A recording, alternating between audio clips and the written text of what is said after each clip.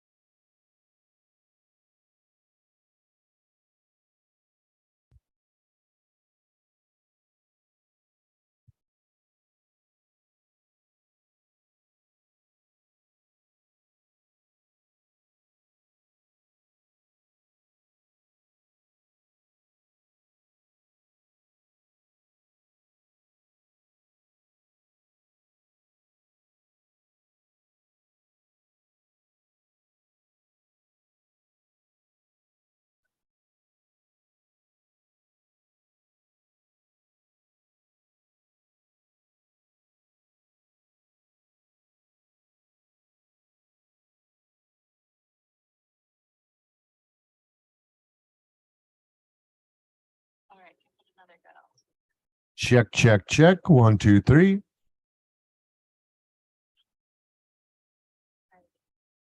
Check, check, check. 1, 2, 3.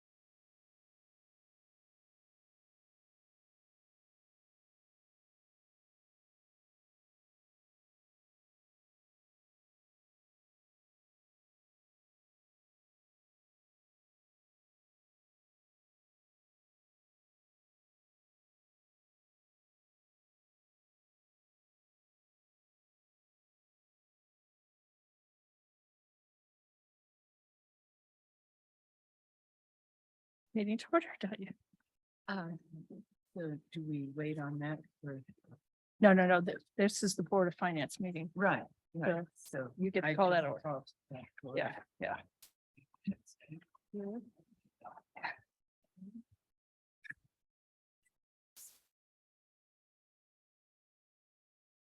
Oh, I'm so sorry. Oh.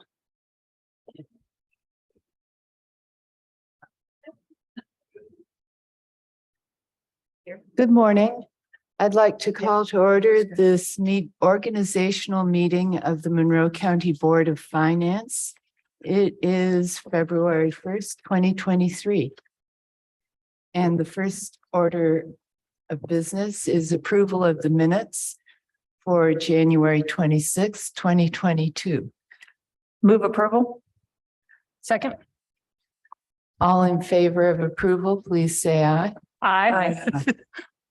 And next is election of officers for the 2023 Board of Finance. I move that Lee Jones be the chair of the Monroe County Board of Finance for 2023. Second. All in favor, please say aye. Aye. Aye. I move that we appoint the treasurer Jessica McClellan as secretary of the Board of Finance. Second. All in favor, please say aye. Aye. Aye. All right. And now Jessica or Treasurer McClellan, presentation of Monroe County's public funds investment. Good morning, Commissioners. The Board of Finance meets once a year to approve our annual investment policy. This policy, we do get asked for this every year by State Board of Accounts and other organizations like when we bond. So it's very important that we have this. This is the same investment policy that the state uses, and I'll go over it pretty quickly. We've seen it many times over the years. Number 3, authority to invest. The responsibility for conducting investment transactions resides with the county treasurer. 4, prudence. Judgment and care shall be used. The kind of judgment and care which persons of prudence, discretion, and intelligence exercise in the management of their own affairs. I just wanted to bring that to everybody's attention that that kind of language is in this policy. Our objectives are safety, liquidity, and return on investment. That's number 5. The safety of principal is the foremost objective of this investment program, and liquidity so that we have sufficient liquidity in our cash to meet the county's needs. Number 6 is what kind of deposit accounts the county is allowed to have. I is called a NOW account, which is an older kind of banking account, which I have never seen. We have savings accounts. We can have CDs. We have money market deposit accounts. Interest-bearing accounts set up by a financial institution, repurchase agreements, which I have never used or seen much of. So we at the county have savings accounts and a checking account. Number 7 is about interest rate solicitations. You have to go out and obtain quotes. And then it goes through all the steps for how to do that. Number 8 is the county's authorized investments, and this is also the same as the state. We can invest in securities backed by the full faith and credit of the United States Treasury, securities backed by the government, a federal agency, a federal instrumentality, municipal securities backed by Indiana local governmental entity or the state. So that's what that section is about. And number 4, Trust Indiana, which we do use, which is a local government investment pool. And then number 9, the last item in the investment policy is final maturity. Up to 25% of the county portfolio and can be invested for terms of 2 to 5 years. Monroe County has an ordinance approved by the council to be able to invest 5 to 10 years. So we have an additional amount of investment maturity time. And that is everything that is in this investment policy. It's the same as last year. And oops. All right, next we have the. I think if we don't have any questions, we could move for approval of the Okay. investment policy so that we Thought can you get had gone- signatures on it. Yes. Any questions from the board? No, No. Is there any public comment on this? Seeing none. Is there any on? No, there's none there either. Seeing none, may I have a motion? I move that we accept Monroe County's public funds investment management policy for 2023. Second. Thank you. All in favor of approving Monroe County's public investment policies, please say aye. Aye. Motion passes. Thank you. Now we can move on. If you'd like, I can just continue on through the final pages and give you a summary of what happened last year. Our investment income was up a little bit last year. In 2021, we had just over $100,000 in investment income, and this year we have $376,000 in investment income. It's still very, very low. If you could turn to this chart.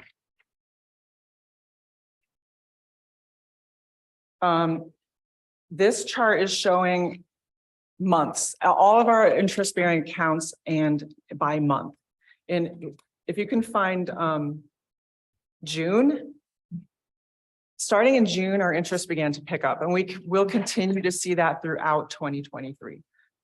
So our totals in June start to pick up. It's at 24,418 for that month. And it stays pretty consistent, as high as $90,000 in investment income in January. So that's great. So we look forward to having a better year in 2023. All right, I'm required to present to the county the approved depositories list. That is this list. It is from the state treasurer's office. These are all the banks that public entities are allowed to deposit money in because they're insured by the Public Deposit Insurance Fund. And then this page, the current cash on hand. Sorry, I'm going kind of fast. I know you have a long day. You have a marathon meeting today. This is a list of all of our accounts and how much is in that each account. There are not account numbers or anything like that on this sheet. You can see that we have, I think it's of interest that we have $12 million in Trust Indiana, and we are getting a very, very good rate of return on that. And then our final page that is also required to be presented to the Board of Finance every year is the list of checks that we've canceled that are over 2 years old. And the auditor's office and the treasurer's office, we follow up with all departments all year long, trying to get them to contact their vendors or their payees and get these checks cashed. This list seems to get smaller every year, so I think we're doing a good job. That concludes the presentation for the Board of Finance. If you have any other questions for me, I can take them. I don't have any. Thank you very much. All right, thank you. Should we adjourn? Yes, I move we adjourn the 2023 meeting. Second. we're adjourned. All right, thank you. Efficient. Help if I knew what I was doing.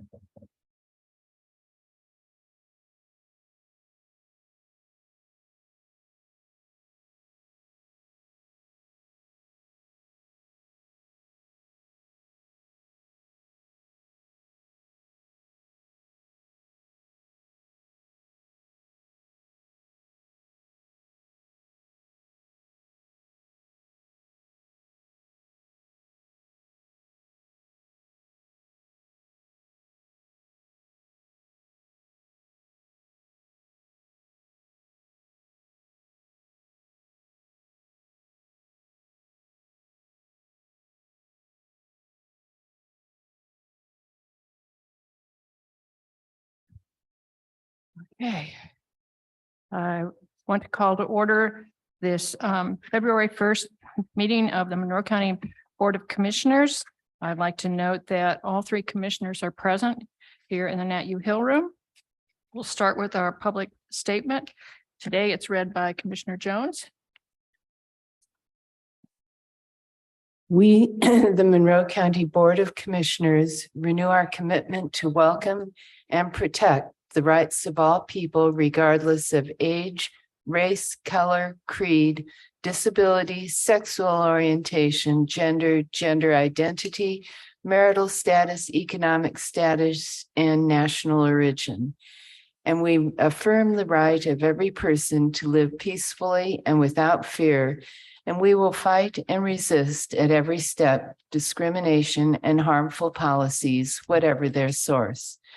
We also stand in support of our county public school systems, both RBB and MCCSC. Thank you. We'll now move on to department updates. First is Ms. Lori Kelly with the Health Department. Good morning. Just a few updates. Monroe County is in the low community level for COVID. Cases and hospitalizations continue to fall in the US.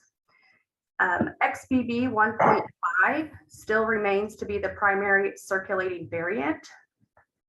And the health department is currently working on getting food inspection reports posted on the website. We hope to complete this process by the end of the week. Thank you. Are there any questions or comments? I'm just pleased that the food site inspections will be posted again. Yes. Yes. Thank you. Thank you very much. I think we'll be hearing from you later. So, Thank you. Thank okay. Thanks so much. Next up is our Sheriff, Ruben Marte. Morning, Commissioners. I want to allow my Chief Deputy to speak on my behalf. Be very, very brief. The cleaning and sanitation of the jail is moving along nicely. We've got, I'd say we're ahead of schedule on what we're trying to accomplish. We're having a meeting tomorrow to kind of finalize those with the stakeholders and interested parties to kind of finalize those plans and the cost of those plans. So the update is very short, very brief. We're moving rapidly, and we should have some finalized plans laid in on how that will look going forward, that we can be able to come and announce and talk to people about what that really means and what the cost of that is.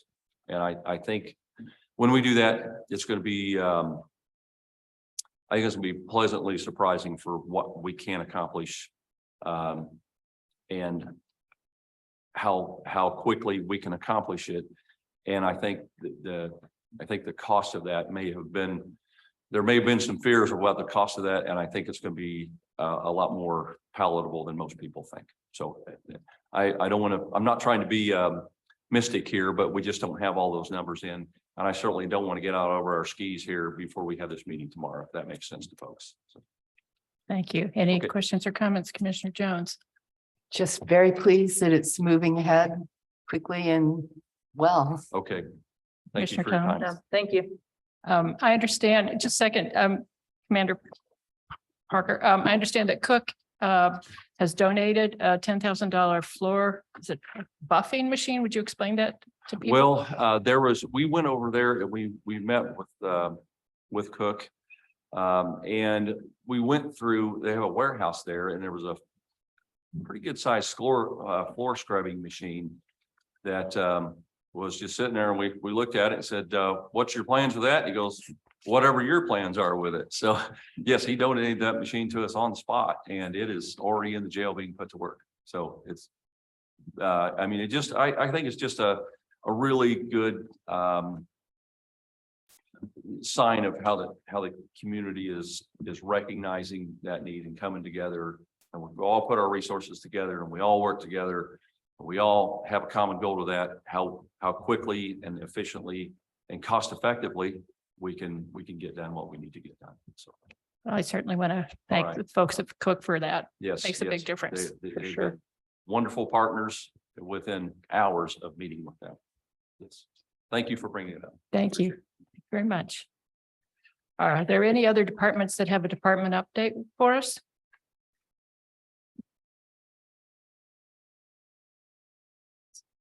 Seeing none, We have a proclamation today.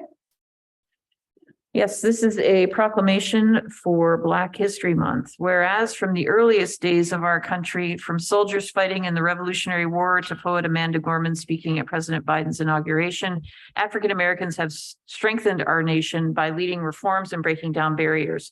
And we remember the work of civil rights leaders such as Martin Luther King Jr. and John Lewis, who, among other things, have challenged us to make voting free and available to all citizens, and we know that this effort must continue. And from the first days of our nation, medical care was often out of reach for African Americans and still is today in the United States. Black women are 3 times more likely to die from pregnancy-related causes than white women, with an even bigger disparity in Indiana. And in the United States, the infant mortality rate for Black babies is more than double the white infant mortality rate. Through the many obstacles they have faced over the centuries, Black Americans have shown their resilience and a sense of community. As we listen to people across the country who are trying to quash the true history of the United States, we proudly join others in celebrating this year's theme for Black History Month, which is Black Resistance, to call attention to how African Americans have resisted historic and ongoing oppression in all forms. And as we say every week in our opening statement, we will fight and resist discrimination and harmful policies, no matter their source. Now, therefore, we, the Monroe County Board of Commissioners, proclaim February 2023 as Black History Month, proclaimed this first day of February 2023 by the Monroe County Board of Commissioners.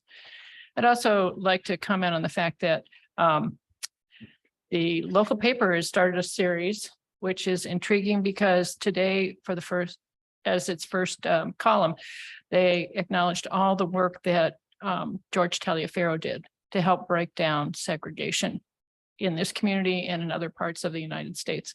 And I'm very, very proud that the Taliaferros chose to move back to Bloomington and the impact they had in this community, because they gave a lot to all of us. Thank you. Yeah. Good. It's now time for public comment. This is for items that are not on the agenda. If you wish to speak, either raise your hand or come up to the microphone here in the Nat U Hill room. And I see we have, please state your full name and let us know if you reside in Monroe County. You have 3 minutes. And I see we have someone here in the U Hill room. Oh. Go ahead. There's somebody. Okay, come forward. It's a little confusing because we also have hybrid here. So thank you.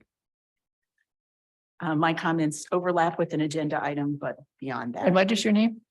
My name is Ruth Eit. I am a resident of Monroe County and of the city of Bloomington. I oppose the proposed changes regarding the CRJC membership, and I strongly oppose the process by which those changes are being brought forward for a vote today. In my opinion, the process shows a lack of respect for the CJRC members and for the community overall. As a concerned citizen, I was actively involved in looking at issues related to our criminal justice system prior to, during, and shortly after the release of the Criminal Justice and Incarceration Study. During that period, my impression was that the commissioners wanted the community to be involved at all stages and believed that involvement was crucial to the success of any path forward. While I understand the desire to make progress based on study recommendations, I also note that the study itself was delivered quite late. Sometimes things take longer than we would like. Allowing community voices, allowing city participation, these can be messy, but they are critical to the development of solutions that are broadly understood, have wide-ranging support, and that will serve us well for decades to come.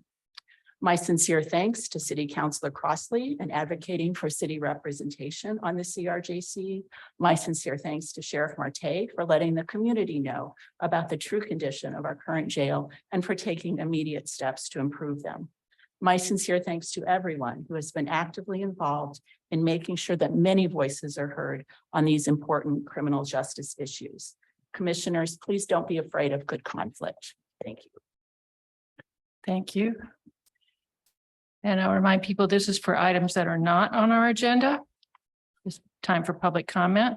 So Seth, I see you have your hand raised. Yes, thank you. And I actually had a procedural question, and hopefully you can answer this for me. That's right. I would also like to comment on agenda item P, which is the ratification, but I was not Then sure if there would be public Peter? comment section for that. Should I wait? Yes, thank you. Thank you. I will cede my time then until the time is right. Thank you. Is there anyone else who wishes to make a comment for items not on the agenda? I see Nicole Bolden has her hand raised. Please go ahead. Good day, and thank you for hearing me today. I just wanted to note that it is Black History Month. I'm glad you mentioned it in your opening comments, and wanted to encourage everyone to attend Black History Month's event around the community. We've got some really great events planned through the city, which you can find on bloomington.in.gov. And IU also has some wonderful Black History Month events that are coming up. The city just did its kickoff on Monday evening. I was really pleased to see a couple of elected officials from the county there, as well as from the city. Councilor Crossley was there, Judge Houghton was there, City Council Member Jim Sims was there, and City Council Member Isabel Piedmont Smith were all there. And so there are more events that are coming up, and I hope to see all of you there as well, commissioners. But it's a great time, and we can learn a lot and grow. And then it's a great way to experience the month of February, and then we'll get to roll over into Women's History Month as well. So thank you. And that's all I had to say. Thank you very much, Clerk Bolden. Anyone else? If not, we'll move on to the next item. Do I have approval of the minutes? I move approval of the minutes, January 18th, 2023. Second. Thank you. Are there any comments, corrections? None. No. And call for a vote. All those in favor of approval of the minutes from January 18th, 2023 signify by saying aye. Motion passes 3-0. Next item, please. I move approval of the claims docket, accounts payable January 25th, 2023, and accounts payable February 1st, 2023, and payroll January 27th, 2023. Second. And Ms. Lettler. Good morning, Commissioners. Accounts payable for January 25th, 2023 is $4,830,204.45. And accounts payable for February 1st, 2023 is $1,686,618.10. And finally, payroll for January 27th, 2023 is $2,314,785.35. Thank you. Any questions? Commissioner Jones, Commissioner Thomas? I don't have any either. So I call for a vote on approval of the claims docket for January accounts payable January 25th, 2023, accounts payable February 1st, 2023, and payroll for January 27th, 2023. All those in favor signify by saying aye. Aye. Aye. Motion passes 3-0. I will note for the record that we have a report from our Weights and Measures Department. I always enjoy reading all the things that the little details that he includes in his reports. So appreciate that. So we'll move on now to new business. First item, please. I move approval of an agreement with TrueChem Water Solutions, fund name County General, fund number 1,000, the amount of $896 monthly. Second. And we have Mr. Kreider here with us to explain this. Good morning, Commissioners. Richard Kreider, Fleet and Facilities Manager.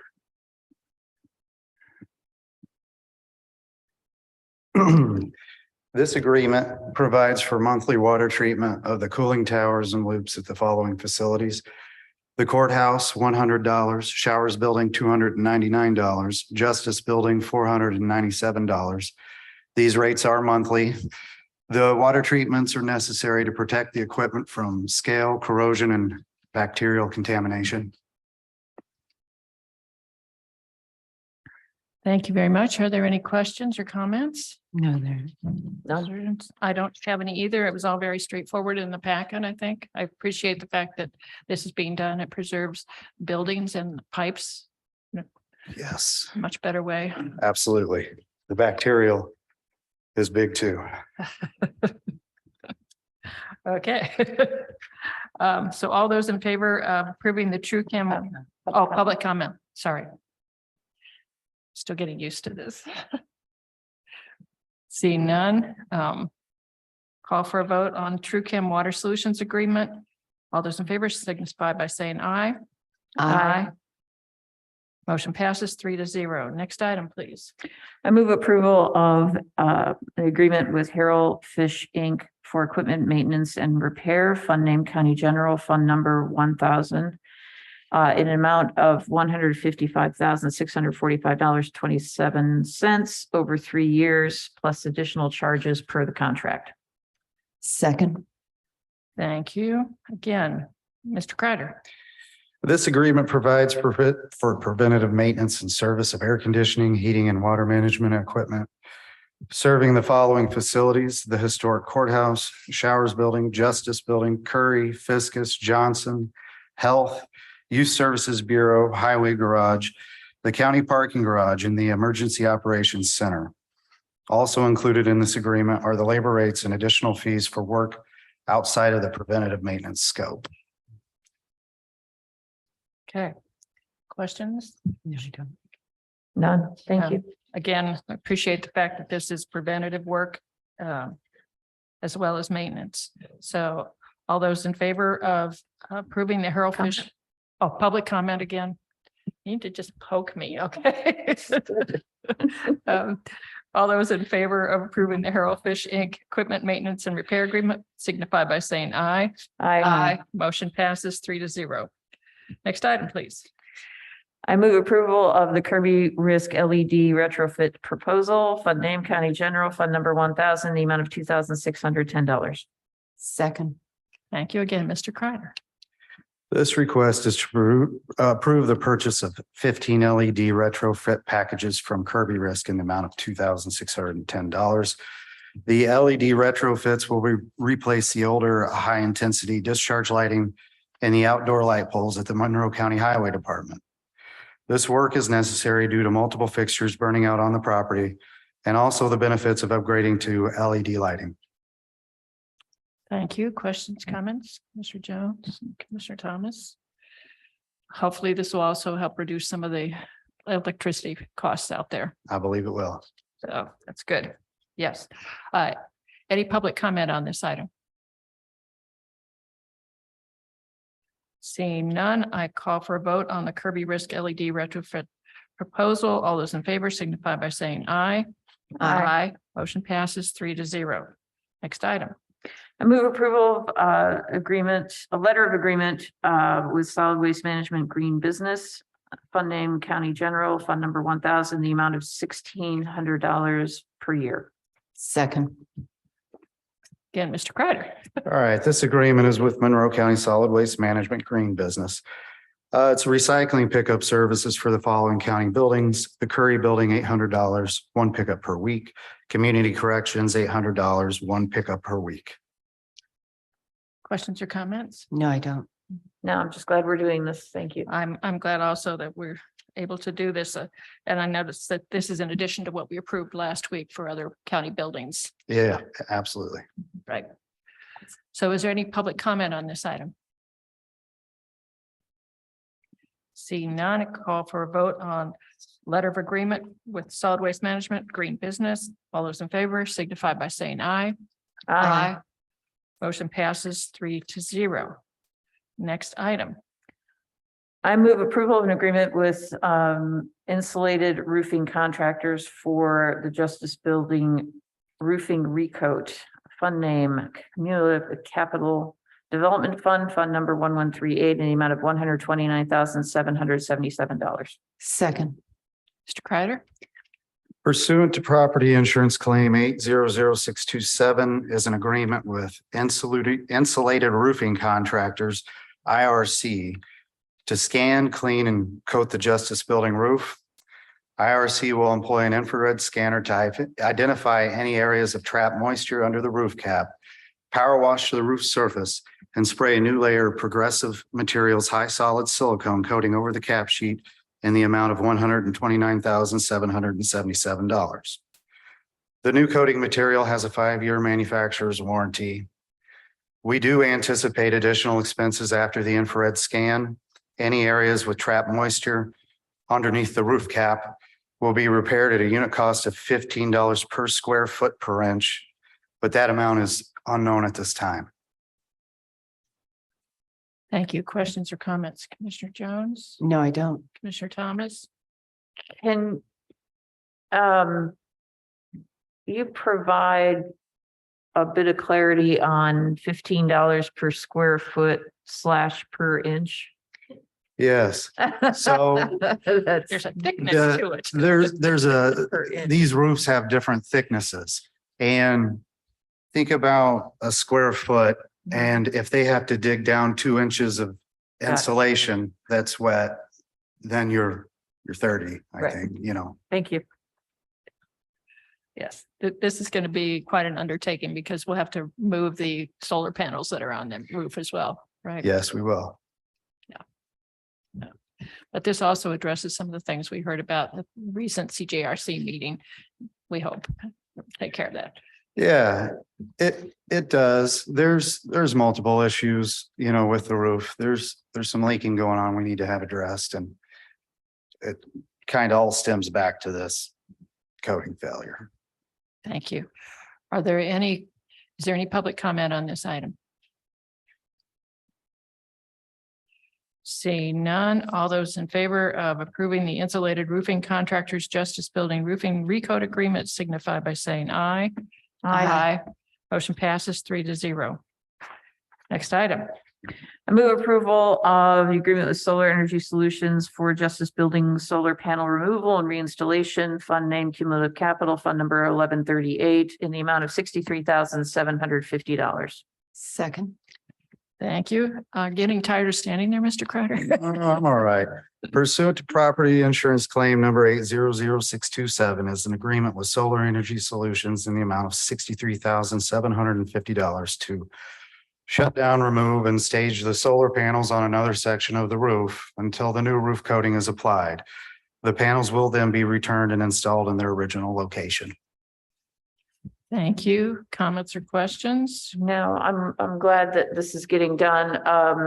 This is the same insurance claim as the previous item, and that was something that you'd been working on for a bit, yes? Yeah, for a long time. It was finally settled late in 2022. Okay, great. Thank you. I just want to throw out there that we may want to consider placing these panels in another site as opposed to putting them back on the roof. That was something that wanted you guys to give some consideration to as we're moving through this process, but you've got some time to think about it. Commissioner Jones? No, I don't. Yeah, I actually wondered what that would mean to the contract if we decided that we wanted to put these solar panels somewhere I else. definitely think it's worth exploring. I do. Mhm. The solar panels, it's a flat roof. The solar panels aren't positioned very high off the roof. Showers, sloped roof, good drainage. The Justice Building, not so much. Water sits under the panels. And it's not a great situation. And I think it's something we need to look at. Okay, well, we'll move forward on that then. Okay. Hopefully you can come back to us and make a suggestion on what we should be doing with those solar panels. So appreciate that. Yep. Is there any public comment on this item? Seeing none, all those in favor of approving the Solar Energy Solutions Justice Building solar panel removal and reinstallation signify by saying aye. Aye. Motion passes 3-0. Thank you very much, Mr. Kreider. Next item. I move approval of the Microsoft 365 licensing purchase from Soft Choice. Fund name Cumulative Capital, Fund number 1138, in the amount of $59,610. Second. And we have Mr. Crone here. Good morning, everyone. Greg Cron, Technical Services Department. This one's pretty straightforward. Of course, everyone knows, I think at this point, that we're in the process of upgrading to Microsoft 365 countywide. When this project was started by the previous IT director, the focus was going to be on what we consider high value targets, elected officials, department heads as the only ones being migrated over, with a few exceptions. The insurance requirement has kind of changed on that, and now they expect all county users to be on that same system. So with that, in light of that, the original amount of licenses purchased is inadequate for what we need. So I need to pick up another 125 licenses from Microsoft so we can finish our migration. Excellent. Comments or questions? No, it makes sense. And I applaud TSD for how quickly you're actually moving through the different departments to get some of this taken care I'm of. sorry, I was having trouble here. I applaud how TSD is working through this to get this on all everybody's computers. Migrations actually went pretty well. Of course, with any change, you're going to have little bugs here and there that we've had to work out, but all in all, I'm very pleased at how this is going. Thank you. Is there any public comment on this item? Seeing none, I call for a vote on approval of Microsoft 365 licensing purchase from Soft Choice. All those in favor signify by saying aye. Aye. Motion passes 3-0. Thank you. Commissioners. Next item. I move approval of an on-call service agreement with Bledsoe Rigger Cooper and James. Fund name County General Non-Reverting Contractual Fund numbers 1,000, 1178 and 1179 in an amount not to exceed $5,000. Second. And we have Ms. Whitmer here to talk to us about this. Hello. This is the third time we've had an on-call agreement with Bledsoe Rigger Cooper James, and we've found it very helpful. If we have a survey question that we need to address quickly, this is what we'll do with this. Or if we have a very small engineering question, it makes it more easy if we're doing construction at the time to give them a call to make sure we're doing everything correctly. Thank you. Questions or comments? No, I Mr. Jones, Commissioner Thomas? Is there any public comment on this item? I heard about this at the most recent Parks Board meeting, so yeah, pretty informed on this. So if there's no public comment, then I call for a vote. All those in favor of approving the Bledsoe Rigger Cooper James on-call service agreement signify by saying aye. Aye. Motion passes 3-0. Next item. I move approval of a service agreement with Bledsoe Rigger Cooper and James for Karst Athletic Complex Fields. Fund names County General Non-Reverting Contractual Fund numbers 1,000, 1178 and 1179 in an amount not to exceed $11,460. Second. Again, Ms. Whitmer. In 2020, the Park Board hired BRCJ to do a comprehensive study of the Karst Athletic Complex Fields 1 through 12. It was a general to just see where we are in pricing. Since then, we've met with constituents, Cutter Soccer, et cetera, and we have narrowed down the scope now to fields 9 to 11, 6, 7, and 8, where we can look at synthetic turf and natural turf. And we can pivot if we say, you know, we can only muster up X amount of money, let's do this project. But this will give the Park Board options to look at projects. And they would like to give this to the commissioners into the council for their review and consideration. And they are totally understandable. If, you know, if you all decide nothing should be done, or maybe we should look at this in 5 years, or maybe we should look at this in a year. The Park Board believes it's their responsibility to inform everyone of a facility that's over 30 years old and the problems that it is having and some solutions. Nothing is cheap. Nothing lasts forever. But they think that this report will give good numbers to present to the decision makers to consider. Thank you. Questions or comments, Commissioner Thomas? Yeah, I had already sent questions to Ms. Whitmer about this, because this is an issue that has been raised in the past and, you know, I'm okay with this. Obviously, we do need more information, but my, what I would ask is that when it's time to come back with a proposal, that there's specificity and clarity about access to new fields. Who would have access to them? Because in the past, it's been floated that only certain organizations would access some of the fields. And this is a public park and I'm not happy with that, but I would like to hear what the plan is in terms of access. So not now, but when you come back. Thank you. Commissioner Jones? No, I don't. And this is not just for the surface of the field. This is for drainage and for lighting, and all kinds of things that go Yes, with it, for right? fields 6, 7, and 8, looking at drainage, irrigation, and transferring to LED lights. The lights are decades old. They're the high HID. They're burning out. They're expensive to maintain and expensive for the electrical bill. The way to go in the future will be the LED lights.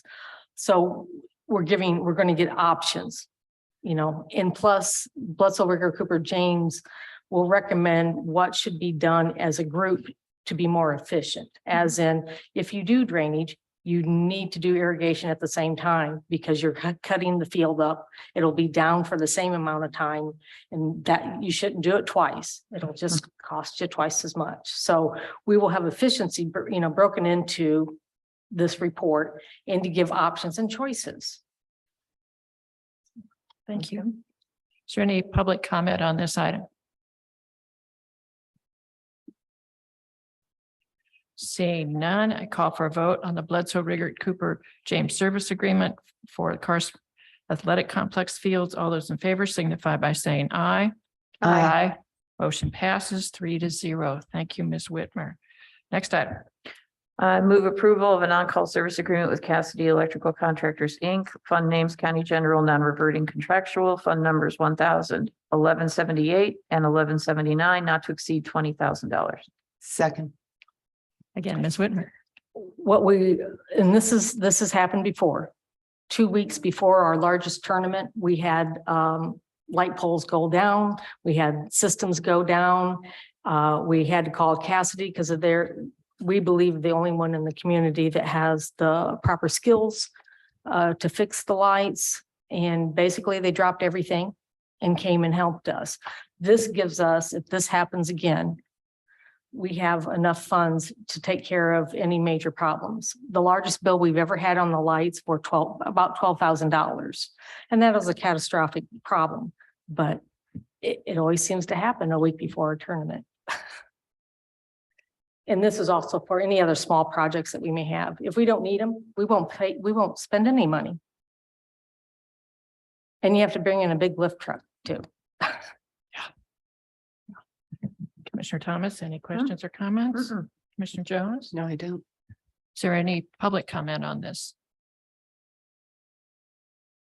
It's not just that Cassidy, as you said, has the expertise, they also have the equipment that's necessary. These are high light poles. This is a particular skill, and we have other electricians there before with not good results. This is very expensive equipment. We need to have the best contractor available in our county. Okay, see, there was no public comment, and so call for a vote on-call service agreement with Cassidy Electrical Contractors. All those in favor signify by saying aye. Aye. Motion passes 3-0. Next item, please. I move approval of a retainer agreement with Bluestone LLC for tree remediation and removal. Fund names County General Greenway Services, and non-reverting fund numbers 1000-30006, 1000-30045, 1178, and 1179, not to exceed $30,000. Second. And we have Mr. French here with Ms. Whitmer. I want to introduce Andy French. He's the park superintendent and also, I believe, the only certified arborist in county government. Andy has been working very hard at his skills. And he is here to answer any questions because I know tree removal is very close to everyone's heart. And we want to make sure that, we love trees, but we really do need to take care of trees that are dangerous and hazardous on the greenways or in the park settings. So if you have any questions. Commissioner Thomas? No, I don't have any questions. I appreciate that you noted the situation with the northern long-eared bats, and I know that some other species have been added to that. So I appreciate the care and obviously, and when we have to deal with tree removal for safety's sake, then the question is always, how do we replace them? And do we have funding for that? And that's something we do. We try to replace around 20 to 30 trees a year within our Parks Department. Just kind of based off what we have funds for and time to plant. So, and like she said, we only take trees down when they're dangerous. So it's not like we're just out cutting down every tree we can find. But for new construction and or dangerous trees. So. And plus, you've been working. Yeah, with the highway garage, we're getting ready to have them. So I'm not exactly sure which fund, but they got a bunch of trees they need to plant. So we're hoping to get some of those too. Awesome. Commissioner Jones? Yeah, Ms. Whitmer has heard me talk about this a number of times before. When trees are being removed, when it's possible to leave the limbs and not remove all the debris, then that can at least feed the forest again. And we do a lot of that everywhere on our trails specifically. In the past, when we've had Bluestone come in and take down a bunch of trees, mostly dead ash is what we've been dealing with on our trails. But if it's in a spot where they can leave a 10-foot stump and it's not going to impact the trail if it falls, we do that all day, every day. And then just leaving the brush too. It's way cheaper for us and it's habitat. So. Great. Yeah. Thank you very much. I remember this was several years ago, one of the trees that you took down was in such bad condition that when whoever it was that started to saw into it, water just came gushing out. Yep. Because the tree was in such bad condition. Yep. It was hollow. Yep. Yeah.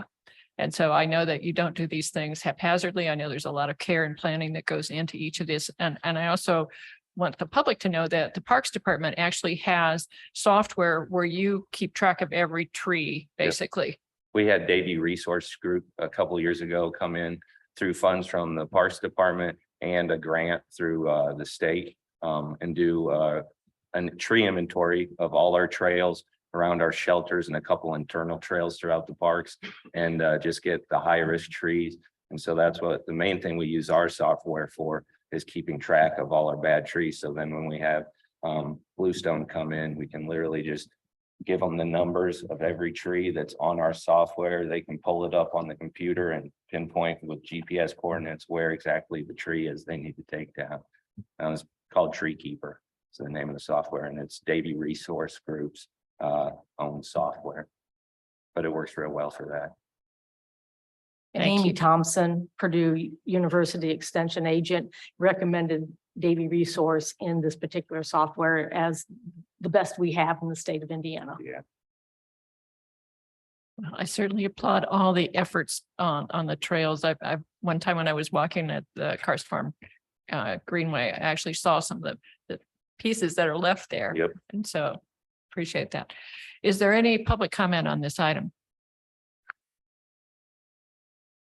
Seeing none, I call for a vote on Bluestone LLC retainer agreement for tree remediation and removal. All those in favor signify by saying aye. Aye. Aye. Motion passes 3-0. Thank you both, Mr. Thank you. French and Ms. Whitmer. Next item. I move approval of the stop grant agreement with the Indiana Criminal Justice Institute. Fund name stop grant, fund number 8123 in a grant amount of $102,869.81. Second. And we have Ms. Hamlin here to talk with us about it virtually. Ms. Hamlin, can you join us? Can she be promoted to panelist, please?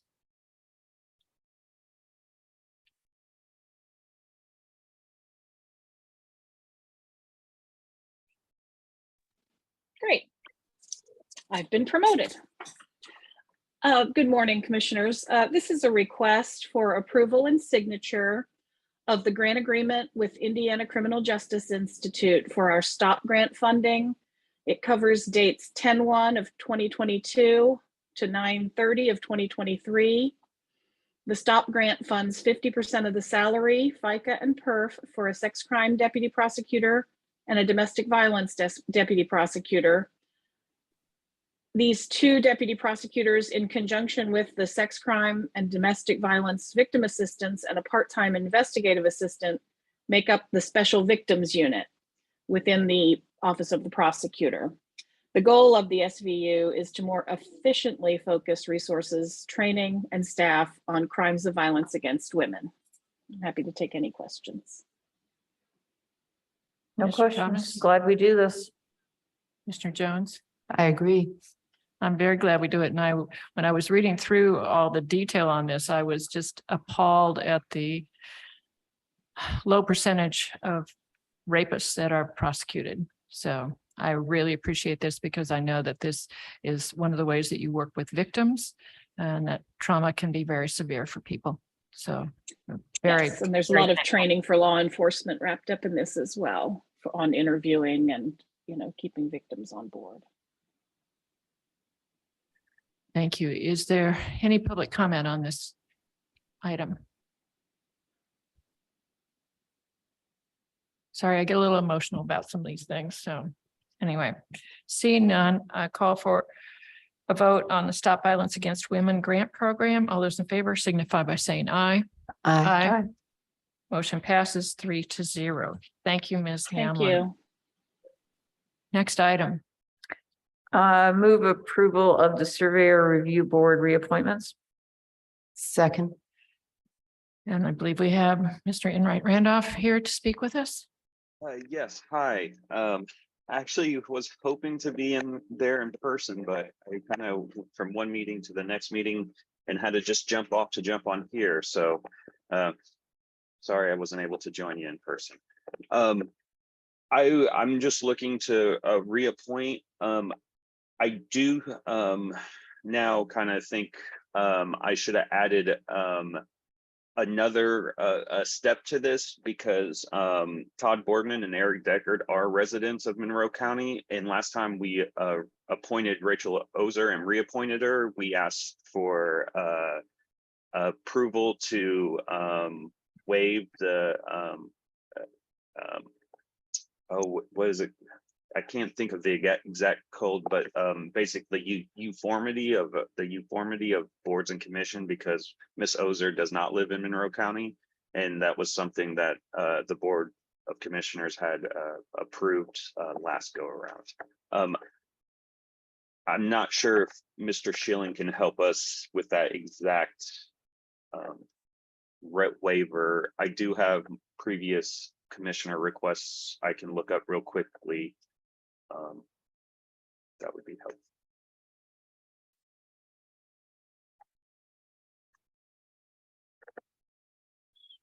Yeah, Can I be heard? Okay, sorry. no, I would just, Tron is asking the commissioners to waive the residency requirement in our boards and commissions ordinance in chapter 2 of our county code, which requires appointees to be residents of the county. Thank you. Commissioner Thomas, any questions or comments? No. Commissioner Jones? No, I don't. I don't either. It seemed pretty straightforward with, this is what we did 2 years ago, I believe. So is there any public comment on this item? Not, I call for a vote on Surveyor Review Board reappointments. All those in favor signify by saying aye. Aye. Aye.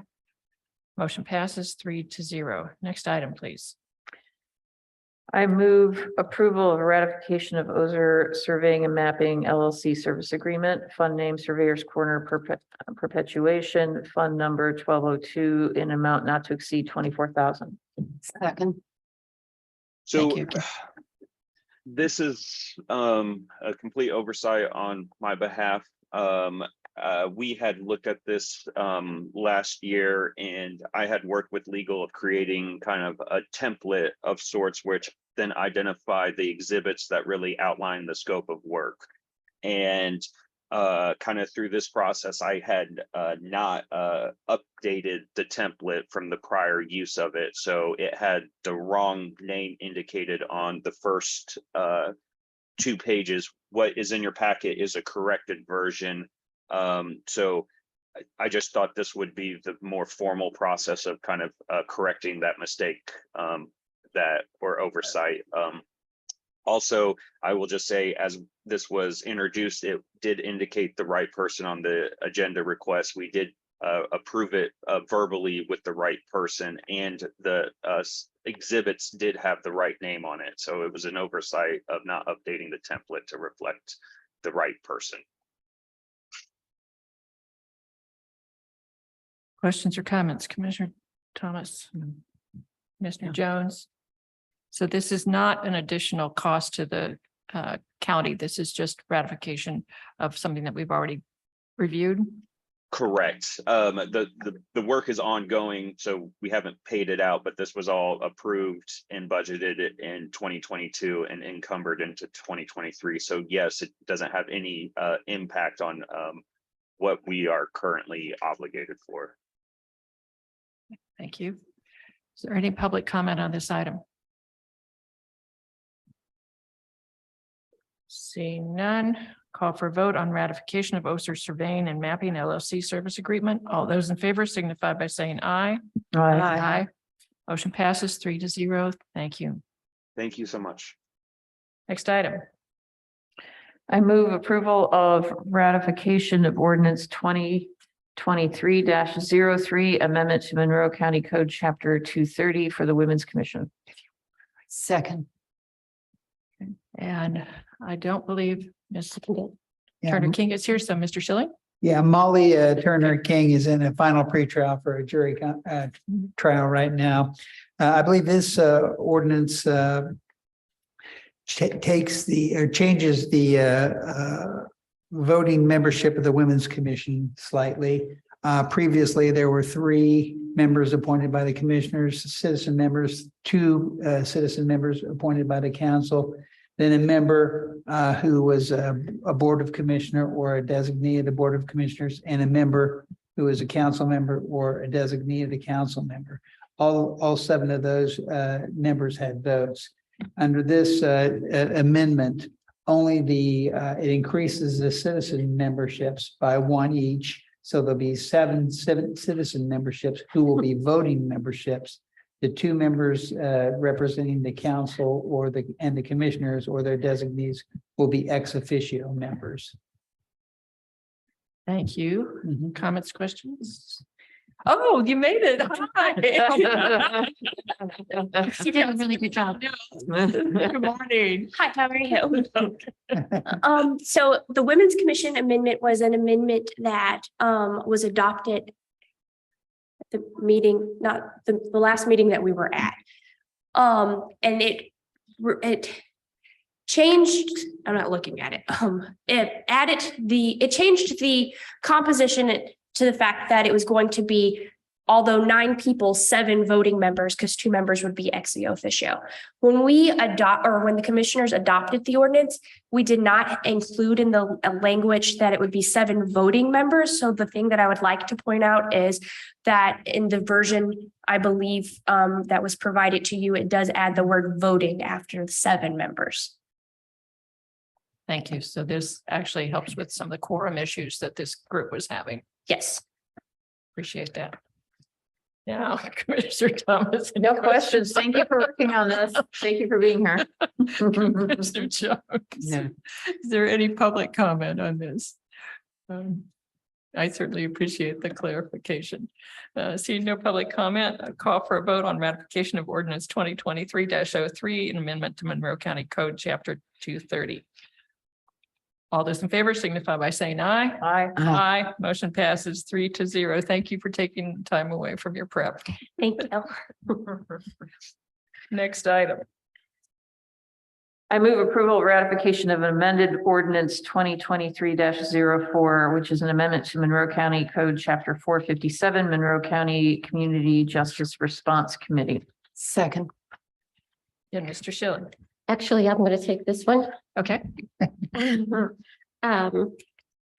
I want to, first of all, ask for some clarification. You're requesting ratification of the proposal that you had previously approved during a work session.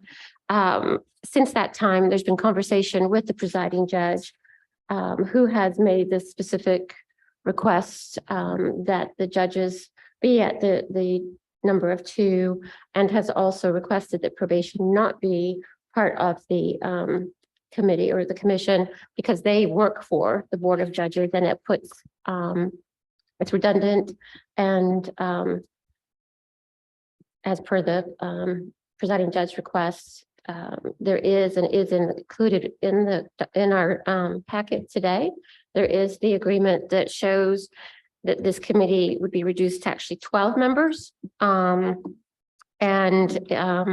would need to be the addition of language under 457-2, Section C, when it references the presiding judge, it should indicate or his/her designee. And also item H would be is struck out, which includes the Monroe County Chief Probation Officer. This document is, as I said, is in your packet today, and it represents the request as it's understood by me from the presiding judge.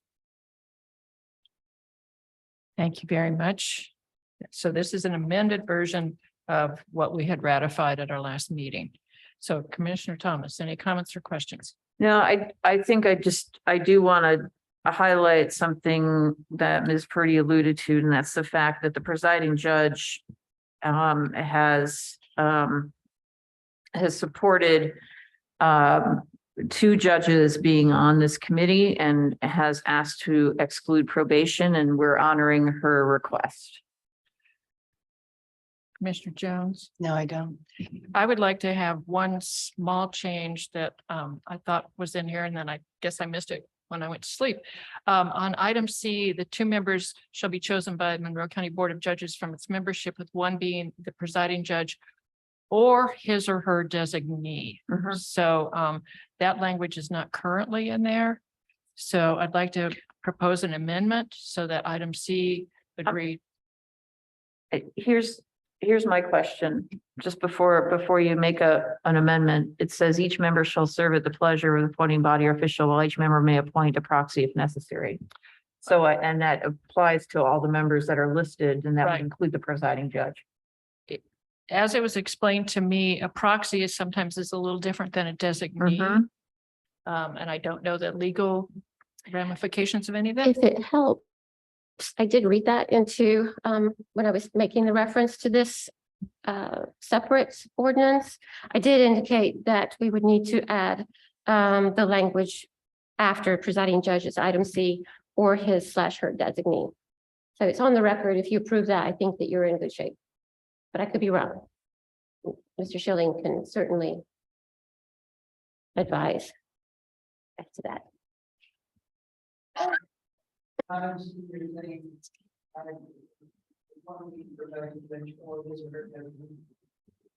Yeah.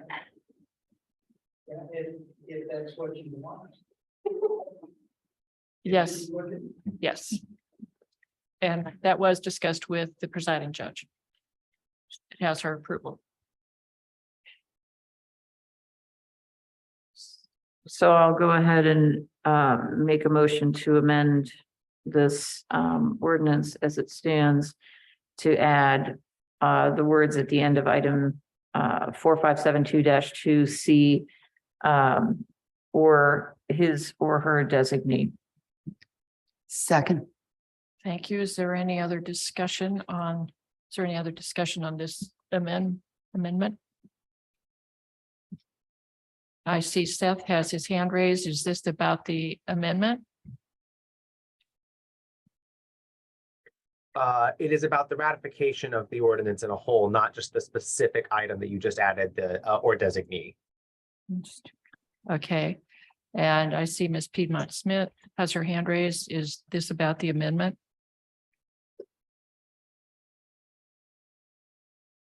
Yes, it is about the amendment. Please go ahead, and you have 3 minutes.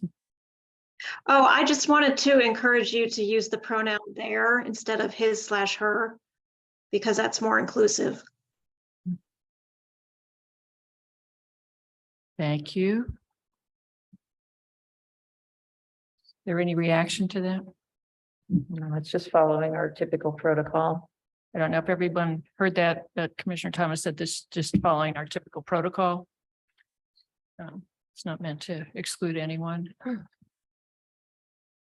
Okay, all those in favor of amending item 457-2 Part C to include and or his designee signify by saying aye.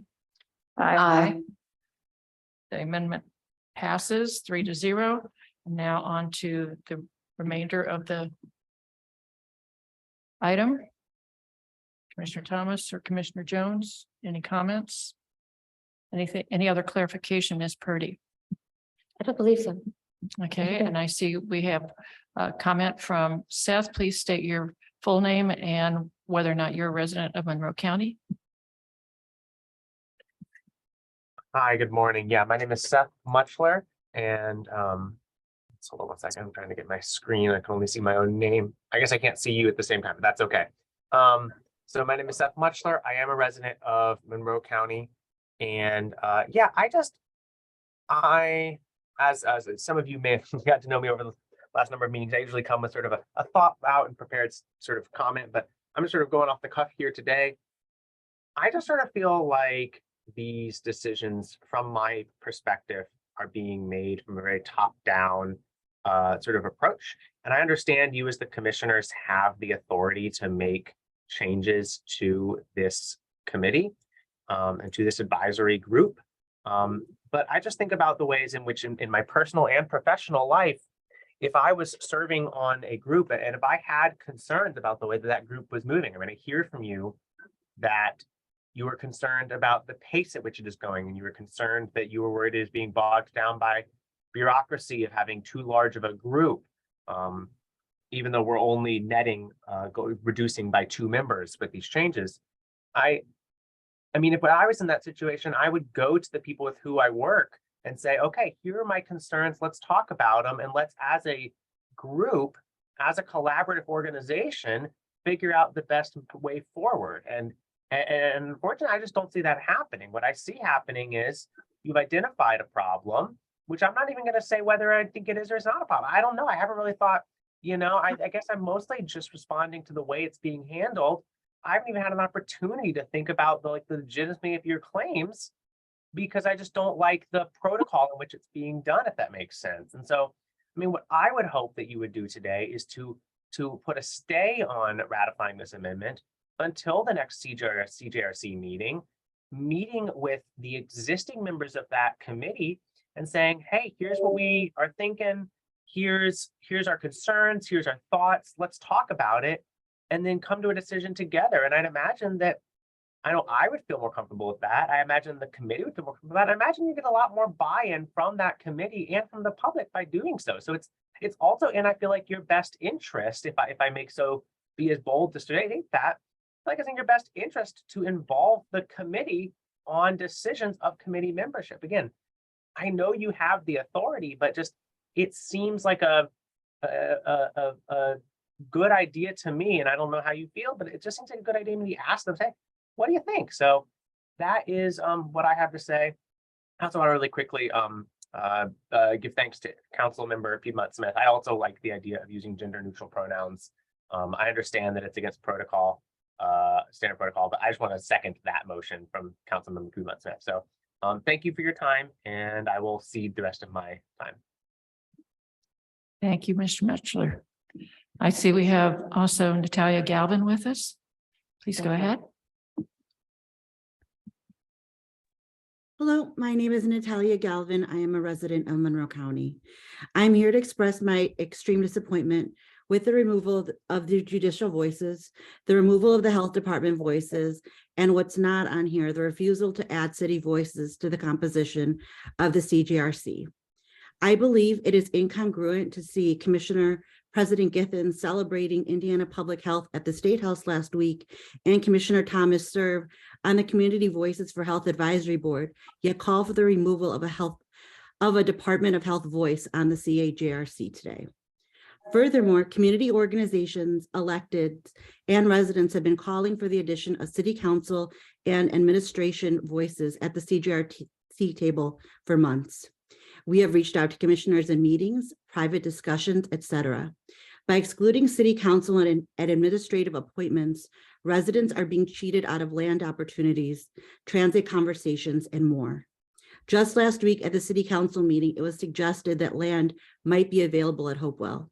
The commissioner's unwillingness to collaborate with the city will force residents to pressure Monroe County Council representatives to pledge not to fund any future capital project regarding the jail unless city appointments are made to the CGRC. Finally, it is clear to me that the community must watch each CGRC and commissioner meeting, because no longer is there good faith that the commissioners or their administrative assistant will address the jail issues with the urgency and humanity that is required. We will be watching closely to see the list of priorities to remedy these inhumane conditions closely, and as Sheriff Marte gets the support he requires. Thank you. Thank you. Is there any other public comment on this item? I'll go back to my colleagues. Anything else you wish to add? I just want to add that the reason health was removed, and it was with Ms. Kelly's knowledge and understanding, is because the time is not ripe yet to have health involved, and she has so many things going on. So there's certainly no slight involved there at all. The other point, and it relates to that, is this continued call for city representation. And first, I will note that members of county government represent city residents because the city's within the county. And so it underscores a myth that somehow we don't represent city residents, and while we do. And I think the second and most important point is indeed, we are going to be reaching out to the city extensively, but the time is not right. It's not the moment to do that yet. And so everybody can attend, everybody can share their voices and their concerns and offer public comment, and that's what we need. And but we need to move forward. Somebody used the word urgency. The more people on this committee, the less we get done. And at this point, I think this is about expediency while also being transparent and involving the public every step of the way. I'd also like to add that if the Hopewell property or area is available for building of a new jail, we would love to work with the city on that.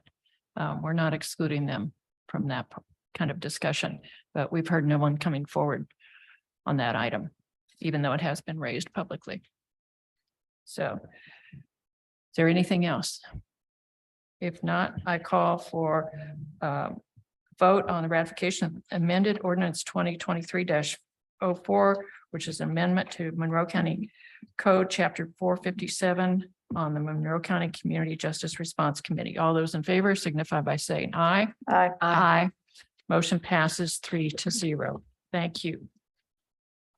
Next item. I move approval of ordinance 2023-07, approving the building code authority interlocal. Second. Mr.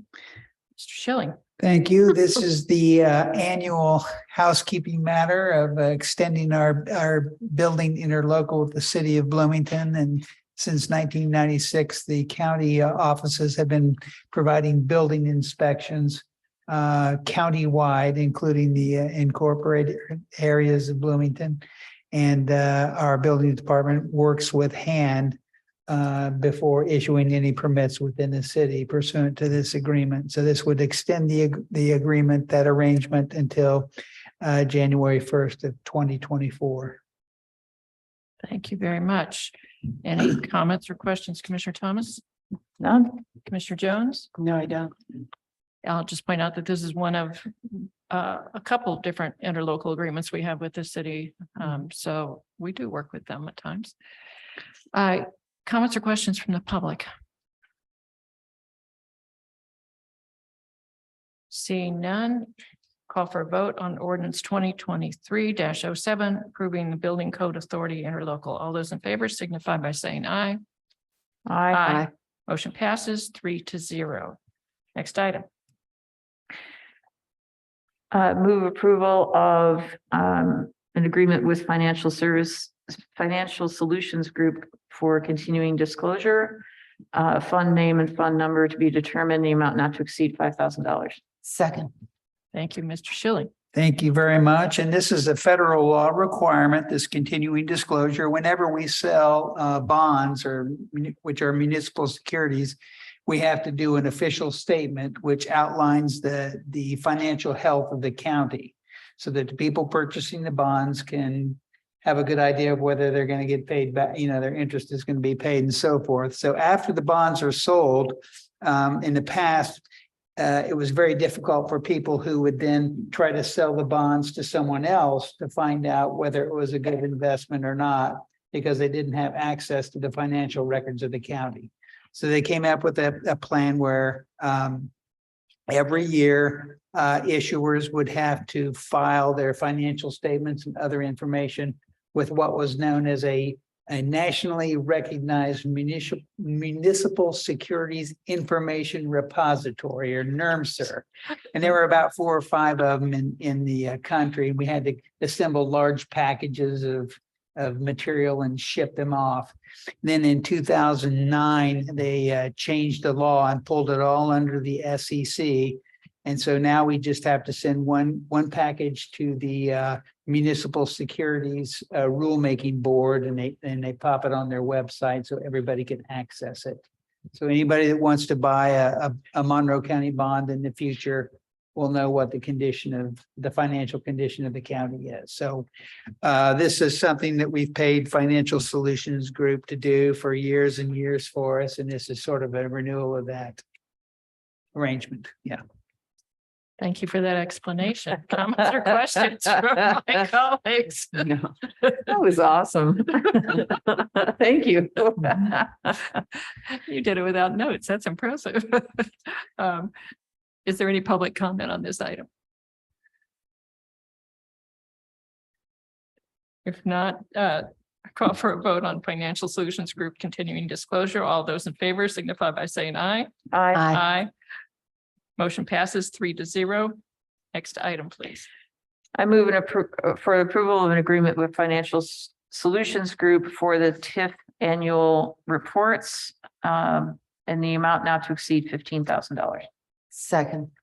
Again, Mr. Schilling. Thank you. And this is a state law requirement. So every year, since we do financings for TIF districts, the Redevelopment Commission does, we have to come up with an annual report showing how much revenues we've collected and so forth. And then we conduct a public hearing on those reports, and the public is allowed to review them and come in and provide comment. And I think that just helps the public know that the TIF districts and the Redevelopment Commission is on track, and maybe helps suggest directions for the future. So. Thank you. Questions or comments? The board. Any comments, public comment? Seeing none, call for a vote on approval of Financial Solutions Group TIF annual reports. All those in favor signify by saying aye. Aye. Motion passes 3-0. Thank you, Mr. Schilling. Next item. Move approval of Aztec Task Order number 6 for Stipp Road, Moores Creek Road stormwater projects. Fund name Stormwater, fund number 1197, the amount of $78,760. Second. And we have Ms. Ridge here to talk with us about it. Good morning. So the additional design services was to complete some legal descriptions. I believe we did not think we were going to have to do this at the beginning of the project with the Army Corps, but we ended up having to do this. It's actually for the property during construction, and then bid support services for 2 bids for the project sequencing, breaking it into 2 separate projects. The bids include the Stip Road contract and the Morse Creek roadway contract. And the additional services also included in the contract are tree planting plan and environmental services for monitoring and changes to the SWIP plan. This was presented to the last stormwater board, and it was approved at that time also. Questions or comments from my colleagues? No, you don't. We've, since we all sit on the stormwater board, we've seen this before. Yes. Any comments from the public? Seeing none, call for vote on Aztec task order number 6 for Stip Road / Morse Creek Road stormwater projects. All those in favor signify by saying aye. Aye. Motion passes 3-0. Next item, please. I move approval of an agreement with HNTB Corp for on-call work. Fund name Stormwater, fund number 1197. Second. And we again have Ms. Ridge. This on-call agreement is for engineering services on an as-needed basis for plan review, drainage and surface water analysis, hydraulic modeling, resource and regulatory agency permitting, education training, and project management on, again, as a needed basis. The agreement was presented and approved at the January Stormwater Board meeting. Comments or questions? No. I don't have any either. Again, we've seen this before. Is there any public comment? Seeing none, call for vote on the HNTB Corp on-call agreement. All those in favor signify by saying aye. Aye. Motion passes 3-0. Next item, please. I move approval of Shrewsbury change order number 4 for Baby Creek Road small structure replacements, fund name Stormwater, fund number 1197, the amount of $4,000. Second. Ms. Ridge. This is for change order number 4. It involves the redesign of 2 lower water crossings on Baby Creek, changing the design from an aluminum box culvert to a concrete box culvert to help save on the construction costs. The new concrete box culvert design requires small areas of additional right-of-way for the corners of the boxes. This amendment covers the cost of acquiring and purchasing the additional right-of-way. Amendment number 3, we had originally had on here, but it had been approved previously in the July meeting. So we removed it. Thank you. Questions or comments from my colleagues? Thank you very much. Will the concrete box culverts, this will actually save money in the long run, is that correct? You are correct. We did a bid last May, came in at an extremely high cost. So we went back and redesigned this similar to a bridge that we did on North Shore last year to make it a concrete box. So that's, we believe we can save in the construction costs at that point. Thank you. Yes. Is there any public comment on this item? Seeing none, I call for a vote on Shrewsbury change order number 4 for Baby Creek Road small structure replacements. All those in favor signify by saying aye. Aye. Motion passes 3-0. Next item. Move approval of the 2023 asphalt bid awards, fund name Motor Vehicle Highway, fund number 1176. Second. Again, Ms. Ridge. Sealed bids were opened in a public meeting. Zoom option was provided also on January 24th at 11 a.m. The Highway Department received 2 bids, Milestone and EMB Paving. We would like to award it to both of the vendors under Indiana Code 36-1-12-4, allowing to award to more than one supplier.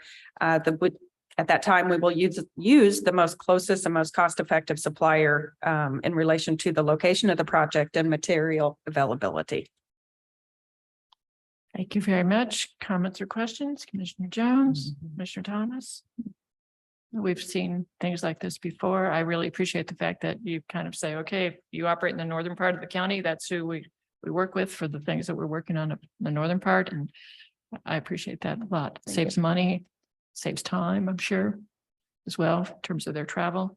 So I really like what you're able to work out. Is there any public comment on this item?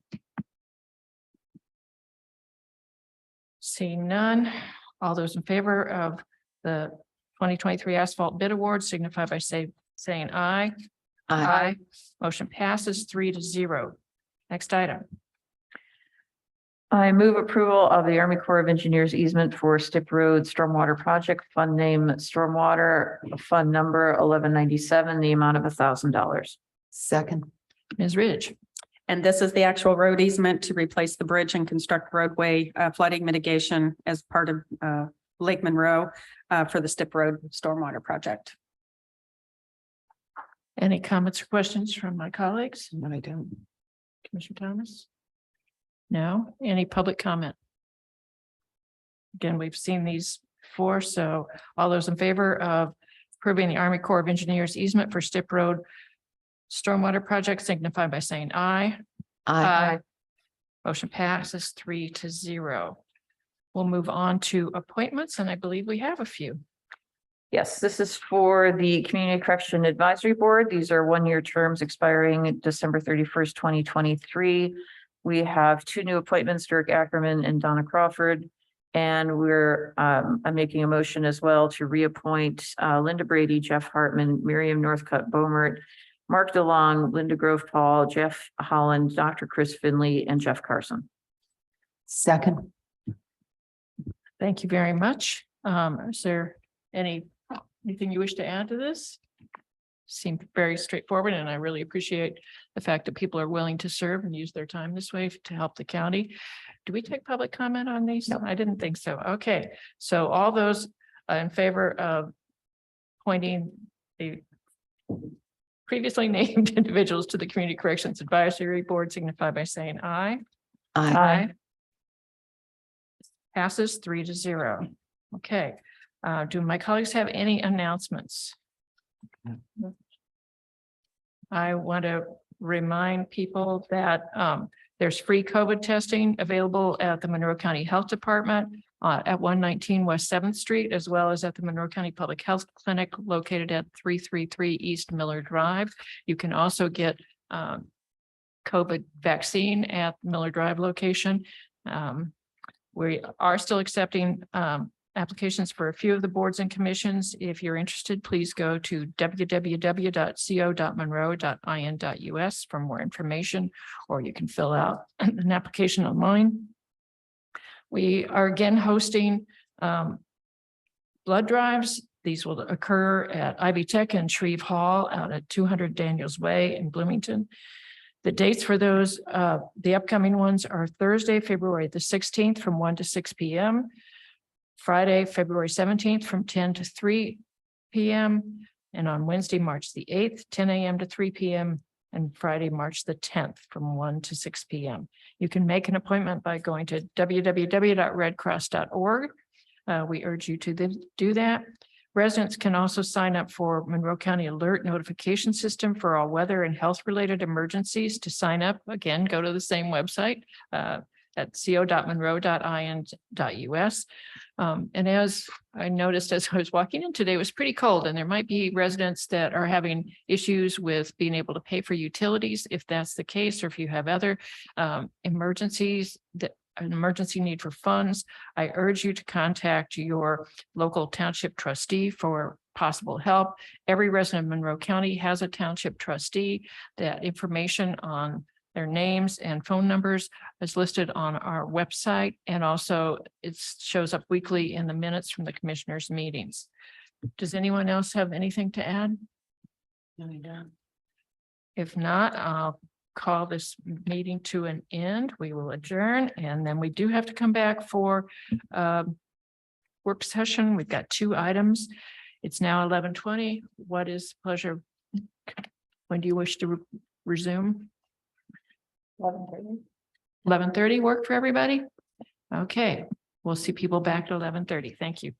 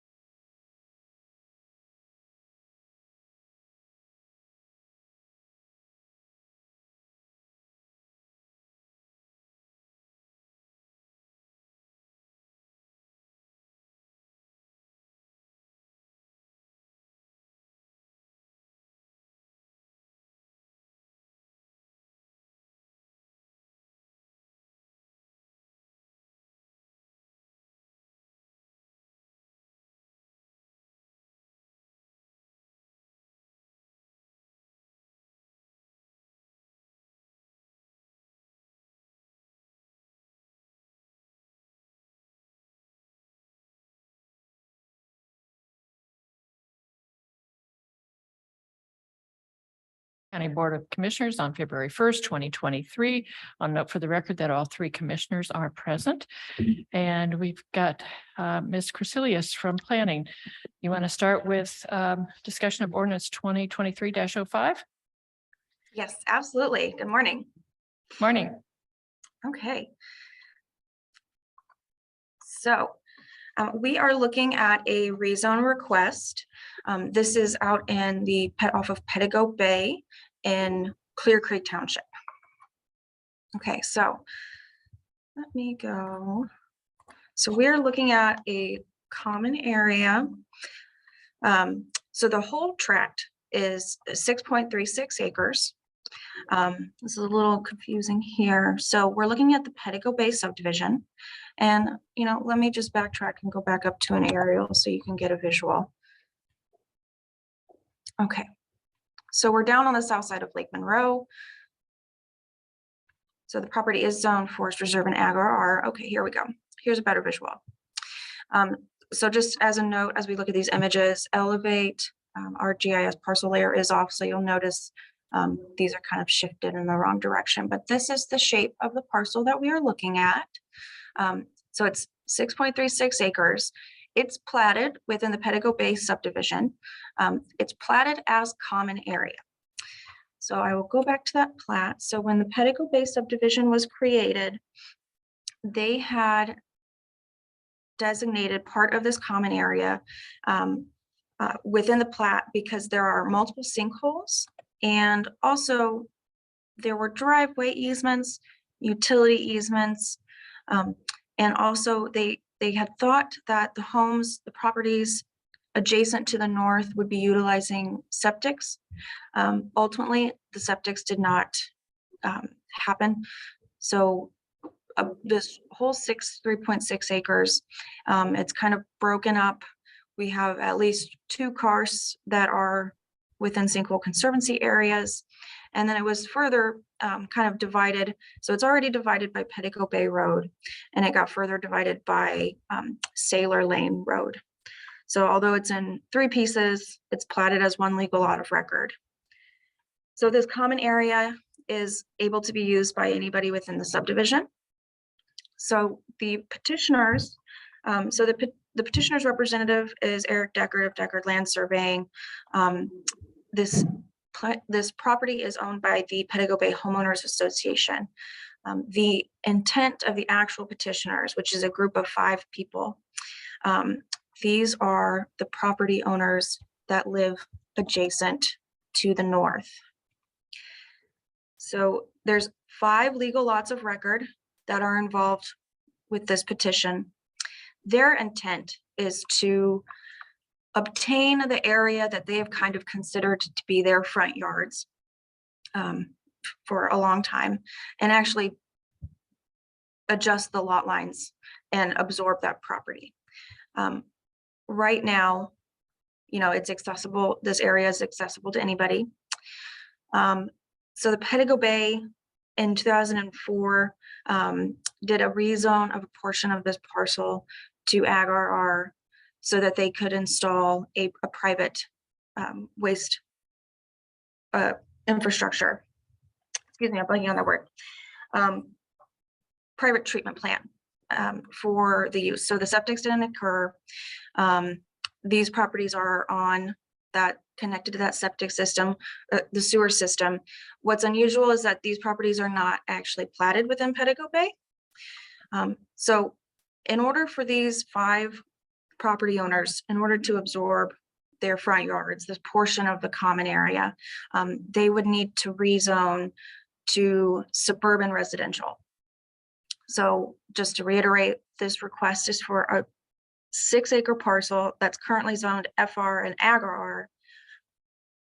The request is for 3.7 acres of this property to be rezoned to SR. So only a portion of this common area. I'm going to jump down and show you a visual of what the petitioners are wanting to do. So of the 5 legal lots of record, 4 are developed. Most of these properties still have those utility and driveway easements because they do, multiple of them do share driveways. And then there's the 2 karsts. So basically, they'd be elongating their properties. If this rezone was approved, they would then pursue a plat amendment to the Pedigo Bay subdivision to pull out this area, that's their common area, from the plat. And then they would pursue a type E to adjust their lot lines. Some questions that have come up throughout this process is whether or not this area that's being absorbed could ever be, redeveloped or developed more intensely than it is now. Because part of the properties are zoned within the environmental constraints overlay area 1, it would prevent the regulations in place under chapter 825 of the zoning ordinance would prevent them from further subdividing. Even though technically their lots would be greater, some of the lots would be greater than the 1 acre minimum, and they are connected to sewer. In the eco area 1, subdivisions would require a 5 acre minimum lot size. So that one piece of regulation alone would prevent them from further developing. So I have a diagram that shows what we would recommend. The homeowners association, their original request was to rezone the entire portion that's across Pedigo Bay on the north side. Now, we are not necessarily, planning is not necessarily recommending that full request is approved. We are recommending only the areas that are actually going to be intended for transfer. So there is one property owner that has frontage, say, along part of the platted common area, but they are not involved with the land transfer. They originally were with this idea and they're no longer involved. Because the common area, even though it's 3 pieces broken up, it's 1 lot of record, is already split zoned. It's technically already non-conforming for minimum lot sizes for both of its current zones. We do not necessarily want to be left with a third portion across the road that's a third zone on 1 lot of record. So although it will still the common area will still have a portion across the road, we would request that we don't throw in a third zoning district on this common area lot. So Plan Commission heard this in, January, just recently, and they did forward a positive recommendation. So a lot of information. Does anybody have any questions? Mr. Jones?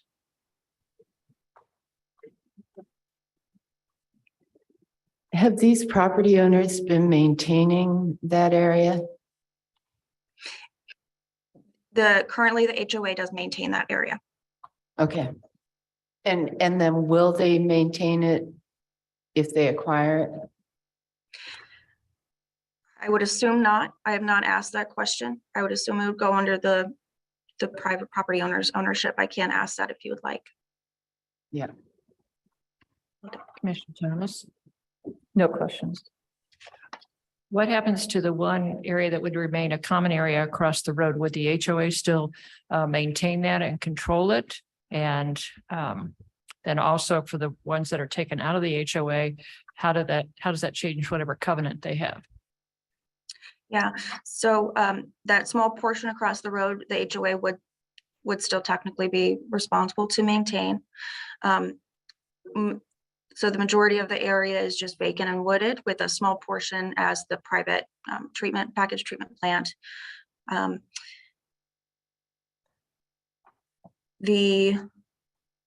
sorry, and your very last question was, can you repeat for me? With the original land that they're asking to have shifted over, that was covered by some kind of HOA covenant. What happens to that?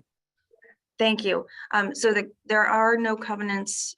They do have CCRs recorded. They don't necessarily restrict the area. This is not, the amount of the area of common area is not regulated under their CCR, and it was not a condition of the subdivision. So they have restrictions in the CCR for how they use their common area, but not on the size. The form of consent that we got from the HOA is a vote on approval to sell off this portion and to allow a rezone petition.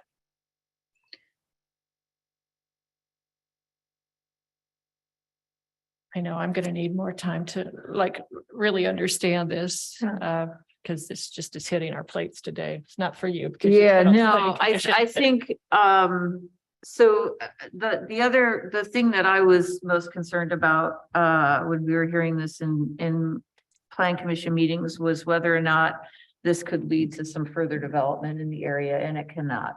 So I just want to say that because that question might come up next time. So.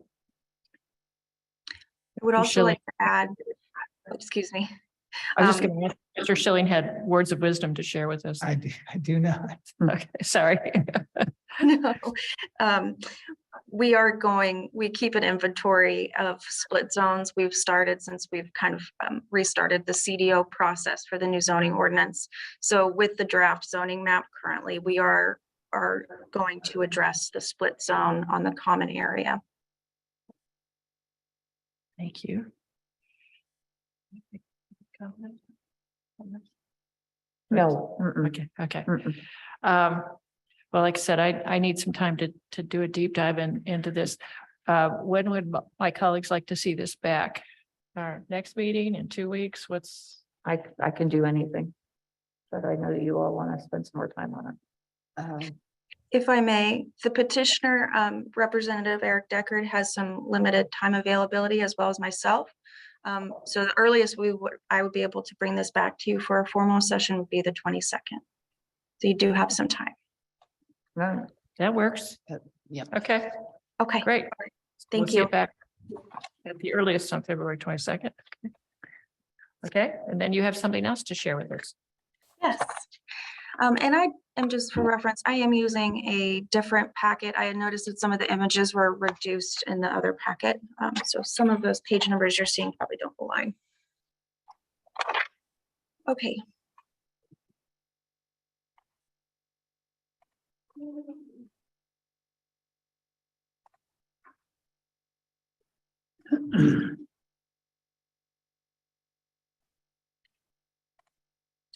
All right, so this next one is 2023-06. This is an amendment to a PUD called Whitehall Business Park.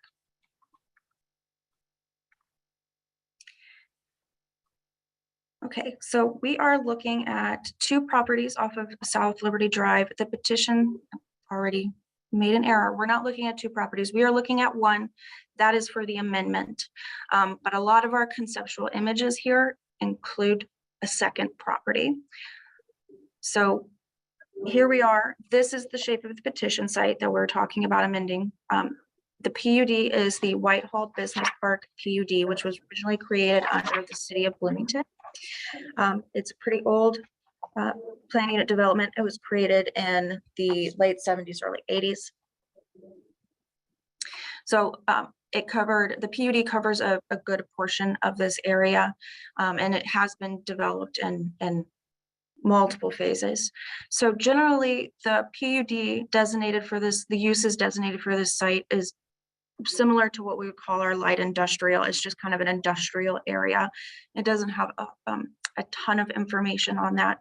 So the petitioner, represented by Daniel Butler with Bynum Fanyo, they own the property that has frontage along South Liberty. It's referred to as 701 South Liberty. I'm going to scroll back up to that image that shows kind of both sites. So they're intending to develop both properties at the same time with 2 different uses. But it's kind of viewed together because their conceptual plan, they're wanting to adjust the lot lines. If this is approved, they would adjust the lot lines and then pursue a plan unit development plan. So in 2014,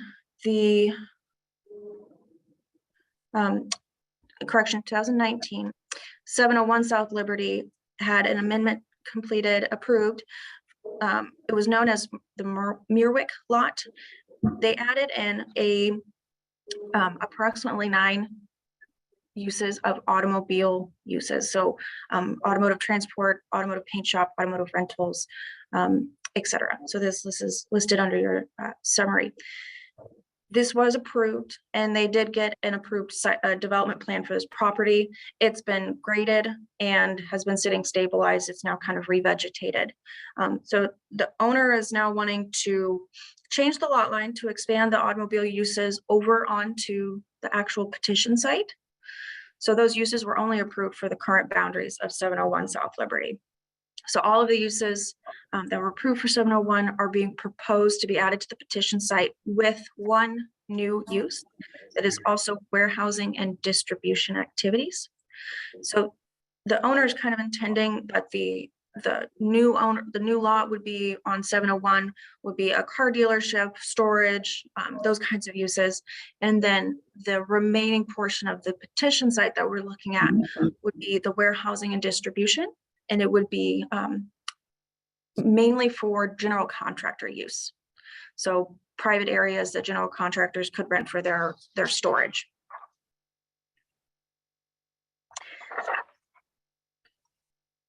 So I'm going to jump down a little bit just to look at this site plan a little larger.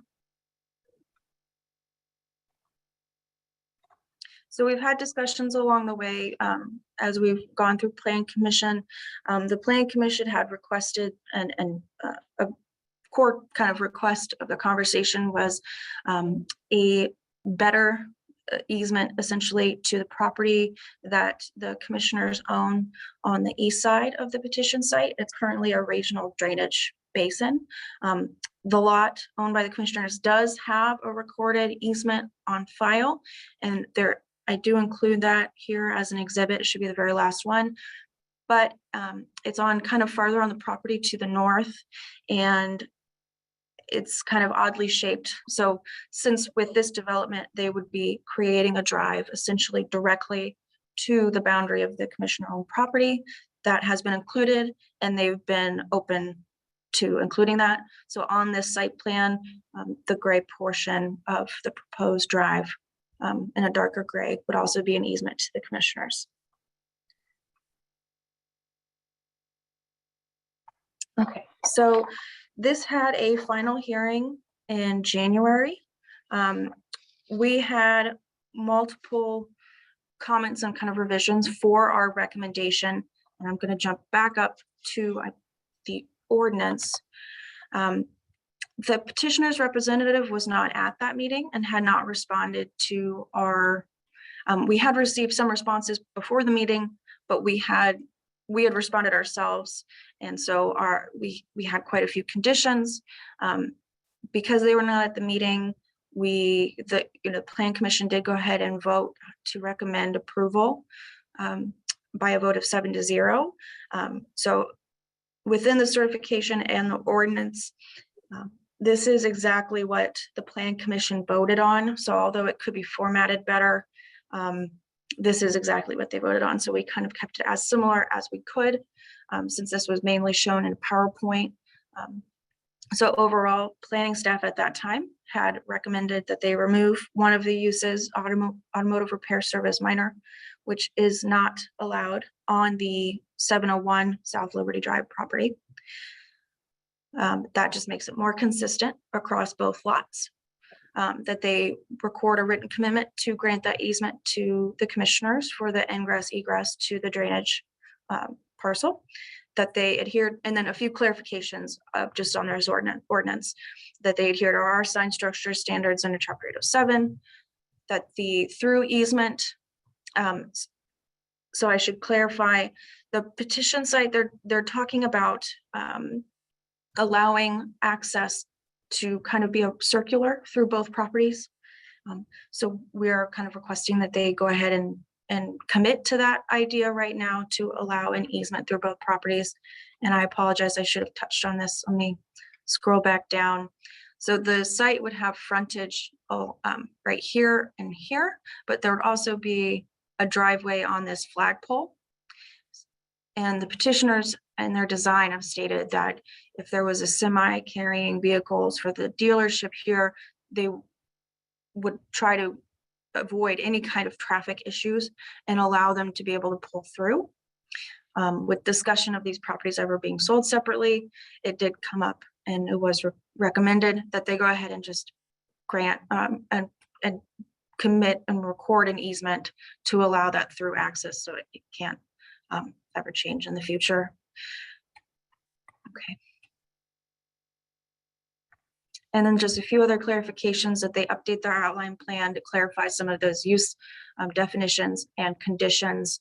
So the petitioner had stated kind of earlier on that they would use our definitions under the zoning ordinance now for their uses, which is absolutely appropriate. But within our zoning ordinance, we have conditions on some of those uses. So we're just kind of, they provided some responses, and this section here is where we're kind of responding to their responses on these conditions. Some of the conditions are appropriate and that we want to keep. So those are the last 5 and 6 conditions under the certification and ordinance. So I know I've got 2 kind of complicated cases for you today, commissioners. Do you have any questions for me? Commissioner Jones? Not now. Mr. Thomas? No. It doesn't appear that we have any right now. I'm sure that things will arise as we get to do a deep dive into this. So when do we want to see this brought back? Well, I would assume the earliest date would be the same as the previous petition. Are we looking at February 22nd again, Ms. Quisilius? It could be the 22nd. I also could bring it back next week.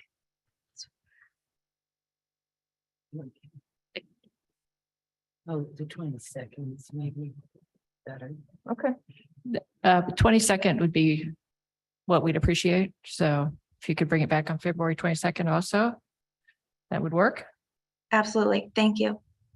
Okay, thank you very much. Is there anyone else who has anything for this work session? I think we have Mr. Kreider sitting here with us.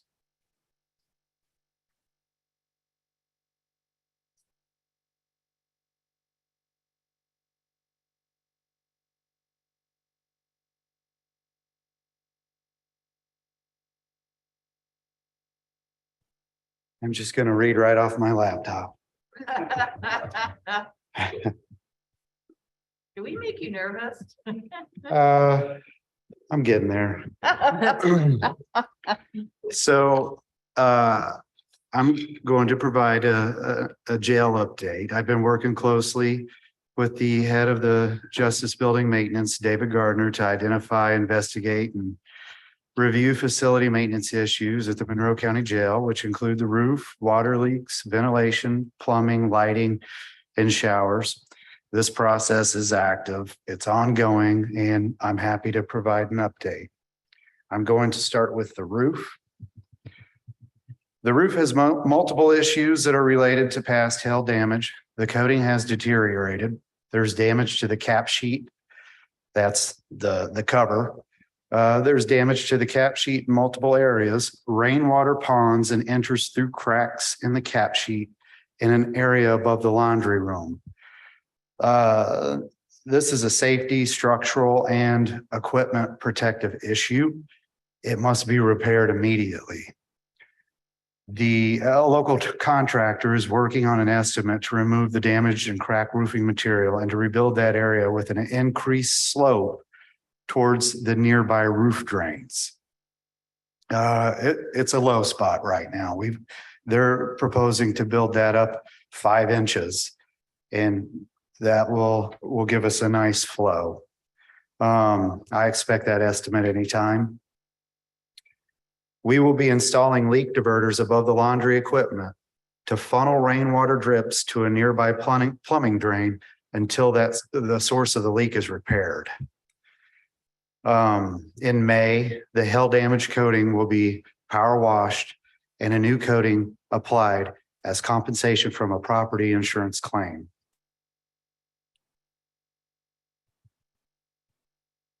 Now we'll talk about the roof vents.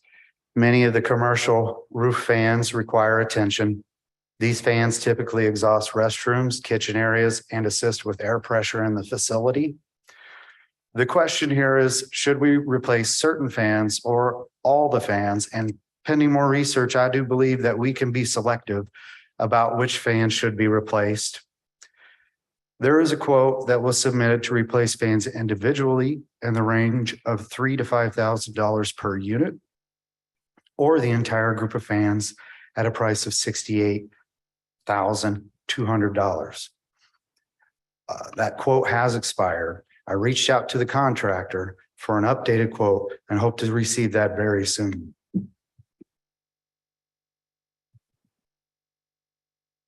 May I ask how many fans we're talking about, Mr. Kreider? 26.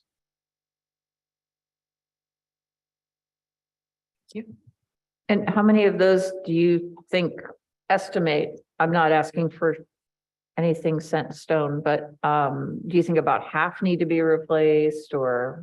just I would, ballpark it? I would start there. I would say half. That's one thing I think next week I really want to dive into. I want to know what room every fan's pulling, you know. Got it. I'll get to the bottom of that. But yes, I would estimate half.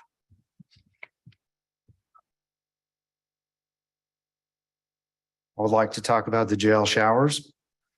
The jail showers have a poured epoxy type flooring that covers the base, and it travels a few inches up the edges of the walls. When the epoxy peels away from the wall, shower water enters through gaps and creates less adhesion and more peeling. Then the issue compounds and the trapped water finds an exit other than the shower drain. There are approximately 24 showers that have this issue. The cost to have the shower floors poured in 2015 was $51,950. Now, that was in 2015. I'm going to seek an estimate to have that coating removed and a new coating applied. Currently, a company can reattach the existing epoxy coating to the walls and apply a patch at the base of the shower at the rate of $650 per shower. This repair was performed in the trustees' showers. There are 3 of them. And it is a mend to avoid replacing the shower floor. The metal ceilings and vent covers are rusty, and the stainless steel walls are discolored. With some work and proper ventilation, I believe that these areas will be manageable.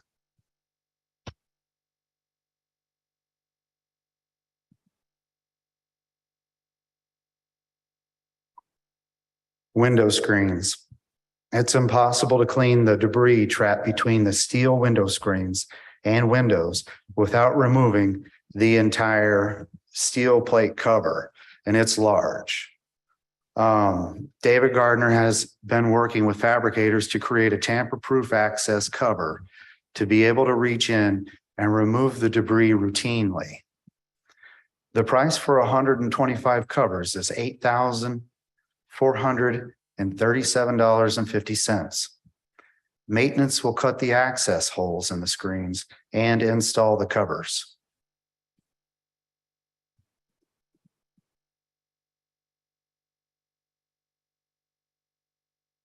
We'll address some plumbing leaks. The source of 4 plumbing drips were identified, 1 from a shower, 1 from a floor drain in the kitchen, 1 from a water line in the kitchen, and 1 from a large drain below the laundry area with loose joints due to vibration from repeated clearing with a sewer machine. So these drains, the smaller drains clog, they have to bring in the sewer machine and it vibrates those things, and sometimes it pops the joints loose. Plumbers, the water line has been repaired. We're actively working on solutions for the other 3 leaks. Plumbers have submitted an estimate to replace laundry drain lines per the laundry machine manufacturer's recommendation of removing the older cast iron drain pipes due to sizing issues. They're too small and poor quality that lend to drain line clogs. So they're flaking and doing all these things on the inside of the drain line and it backs everything up. The proposal is to replace them with newer PVC drain pipes. That estimate total is $1,680. What was that number again? $1,680. Thank you. Beneath the kitchen, there is a section of pipe insulation damage from the kitchen floor drain leak that will be replaced by maintenance once the leak source has been repaired.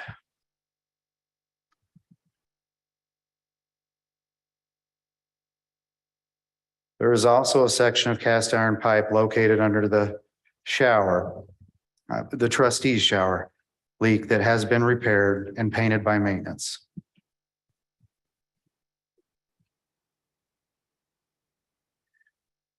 Routine maintenance in the facility. I spoke with the jail commander yesterday and confirmed that all the cells currently have running water, the light fixtures work, and any broken toilets have been repaired and all toilets do operate. We also took a short tour to identify some areas in the E and D blocks with cold air infiltration. And a lot of it is around doors and that type of thing. And I think we can solve that, relatively easily. We looked at some draining improvements in the rec area and the replacement and relocation of clocks in the cell blocks.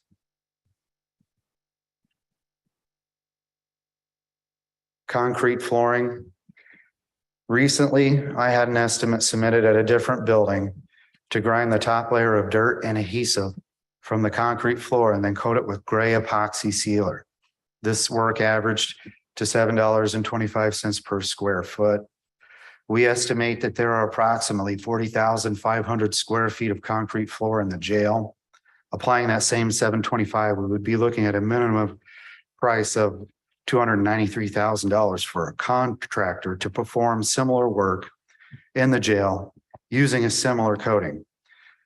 Now, I would like to update this. I use this as a starting point, but after further review, an epoxy sealer is oil-based, and due to the size and area and ventilation, the sealer would need to be water-based, which is less expensive. Plus, the addition of the donated flooring equipment would also make this project significantly less expensive. And I've actually seen some of the floors they've been working on. They look nice.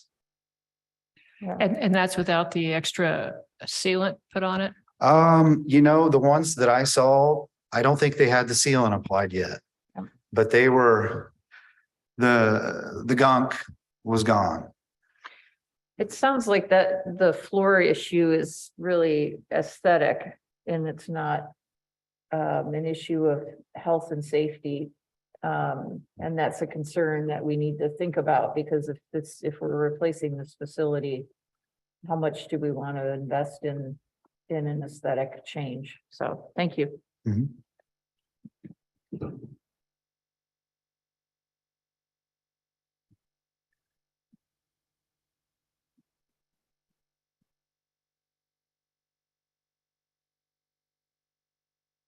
I looked into painting the inside of the jail. I reached out to a local contractor who submitted an estimate on painting the jail's 8 cell blocks, 127 individual cells, the cell doors and jambs on both sides, plus all the railings sprayed in a single color. That's the entire inside of the jail, one color. The contractor's estimate came in at $83,740. Do you have any questions about that? Whose responsibility is it to keep the inside of the cell blocks painted and clean? We're looking into that issue as to whether that maintenance or an operation. Thank you. I think another question will be about paint. Be done by That's a great question. I actually have it on my desk. I don't have it in my, it was something like $40 a gallon for primer, which there's gonna be some primer. And then the paint, I want to say for a contractor grade. I hate to say this without having the number in front of me, but I feel like it was around $100 for a 5-gallon bucket. Mhm. Yeah, that'd be about right. So significantly less than the 83,000. Yeah. Absolutely. Yeah. And is this kind of the work that could be done by trustees or not? Well, I would think some of it definitely could. I can't speak to all of that, though.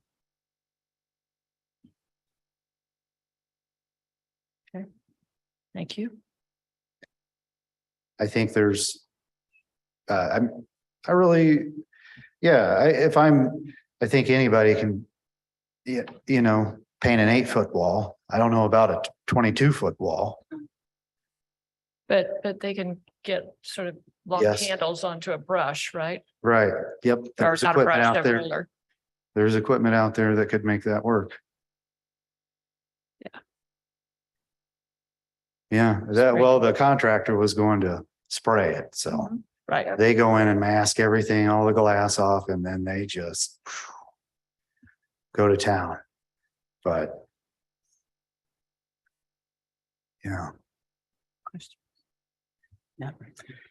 this is the most current information that I can provide. As I mentioned, I'm waiting on some estimates, and I don't foresee them taking too long to get to me. And I can update that as I receive it.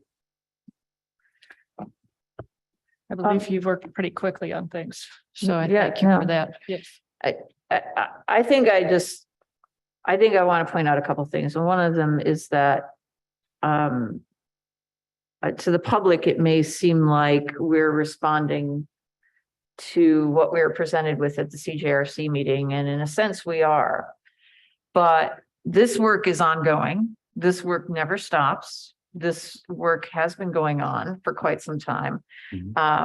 Previous sheriffs and it is a building that has a lot of wear and tear, and it needs a lot of work all the time. And this is another good reason to talk about getting this new facility done sooner rather than later.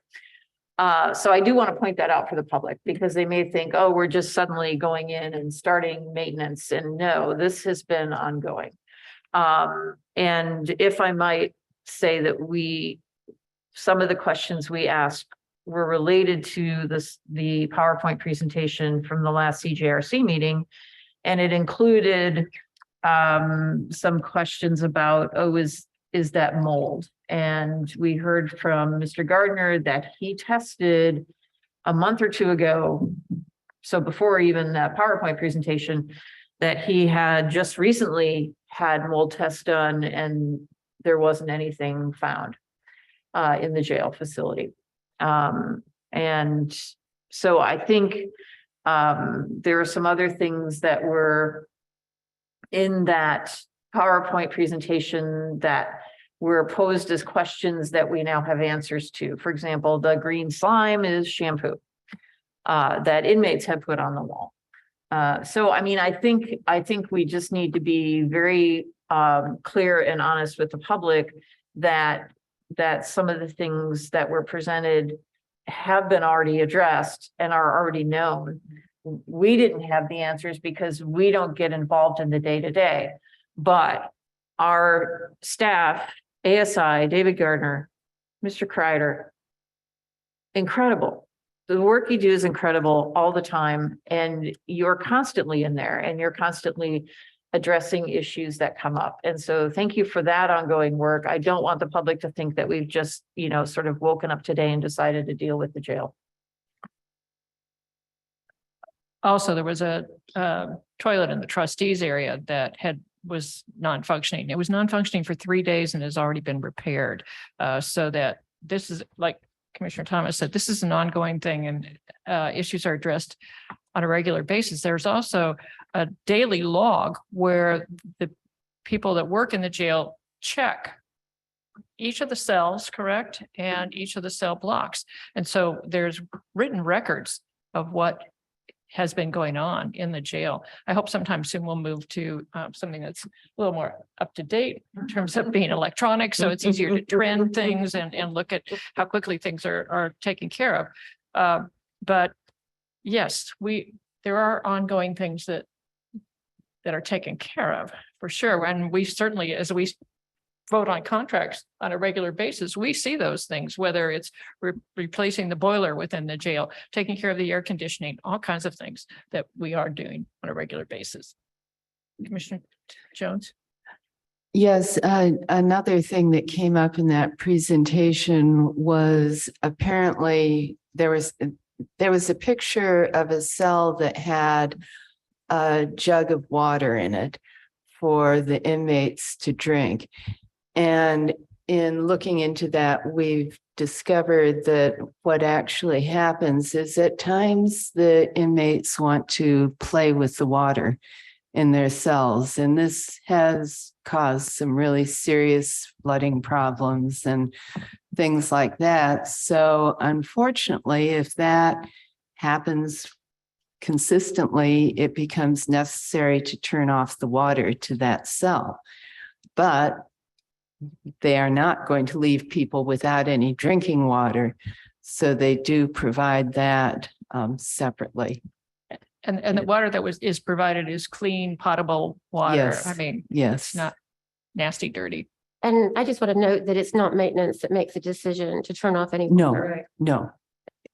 Right, it's the Right, jail that's staff. That's a disciplinary response That's it. made by the jail commander Yeah. for his staff. And the jugs out there so they can immediately provide water when someone wants it, was how things were explained to me, at least. If I may, I wanted to say, I'm just so thrilled with Mr. Kreider, and Mr. Gardner. And they did feel very much like they were attacked, with this presentation, about the services they do. And they do work hard all the time.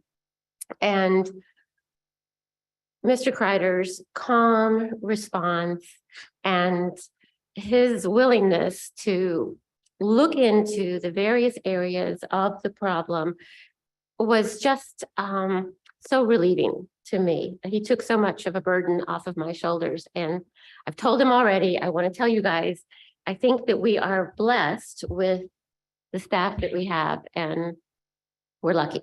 So I just want to say thank you. You're welcome. Thank you. Is there any other questions or comments? Thank you for the update. You're welcome. Very timely. And I know that we'll hear more in the future. All right. Appreciate your time. Thank you. Thank you. So I want to call this work session to an end. Thank you very much, everyone. Thank you.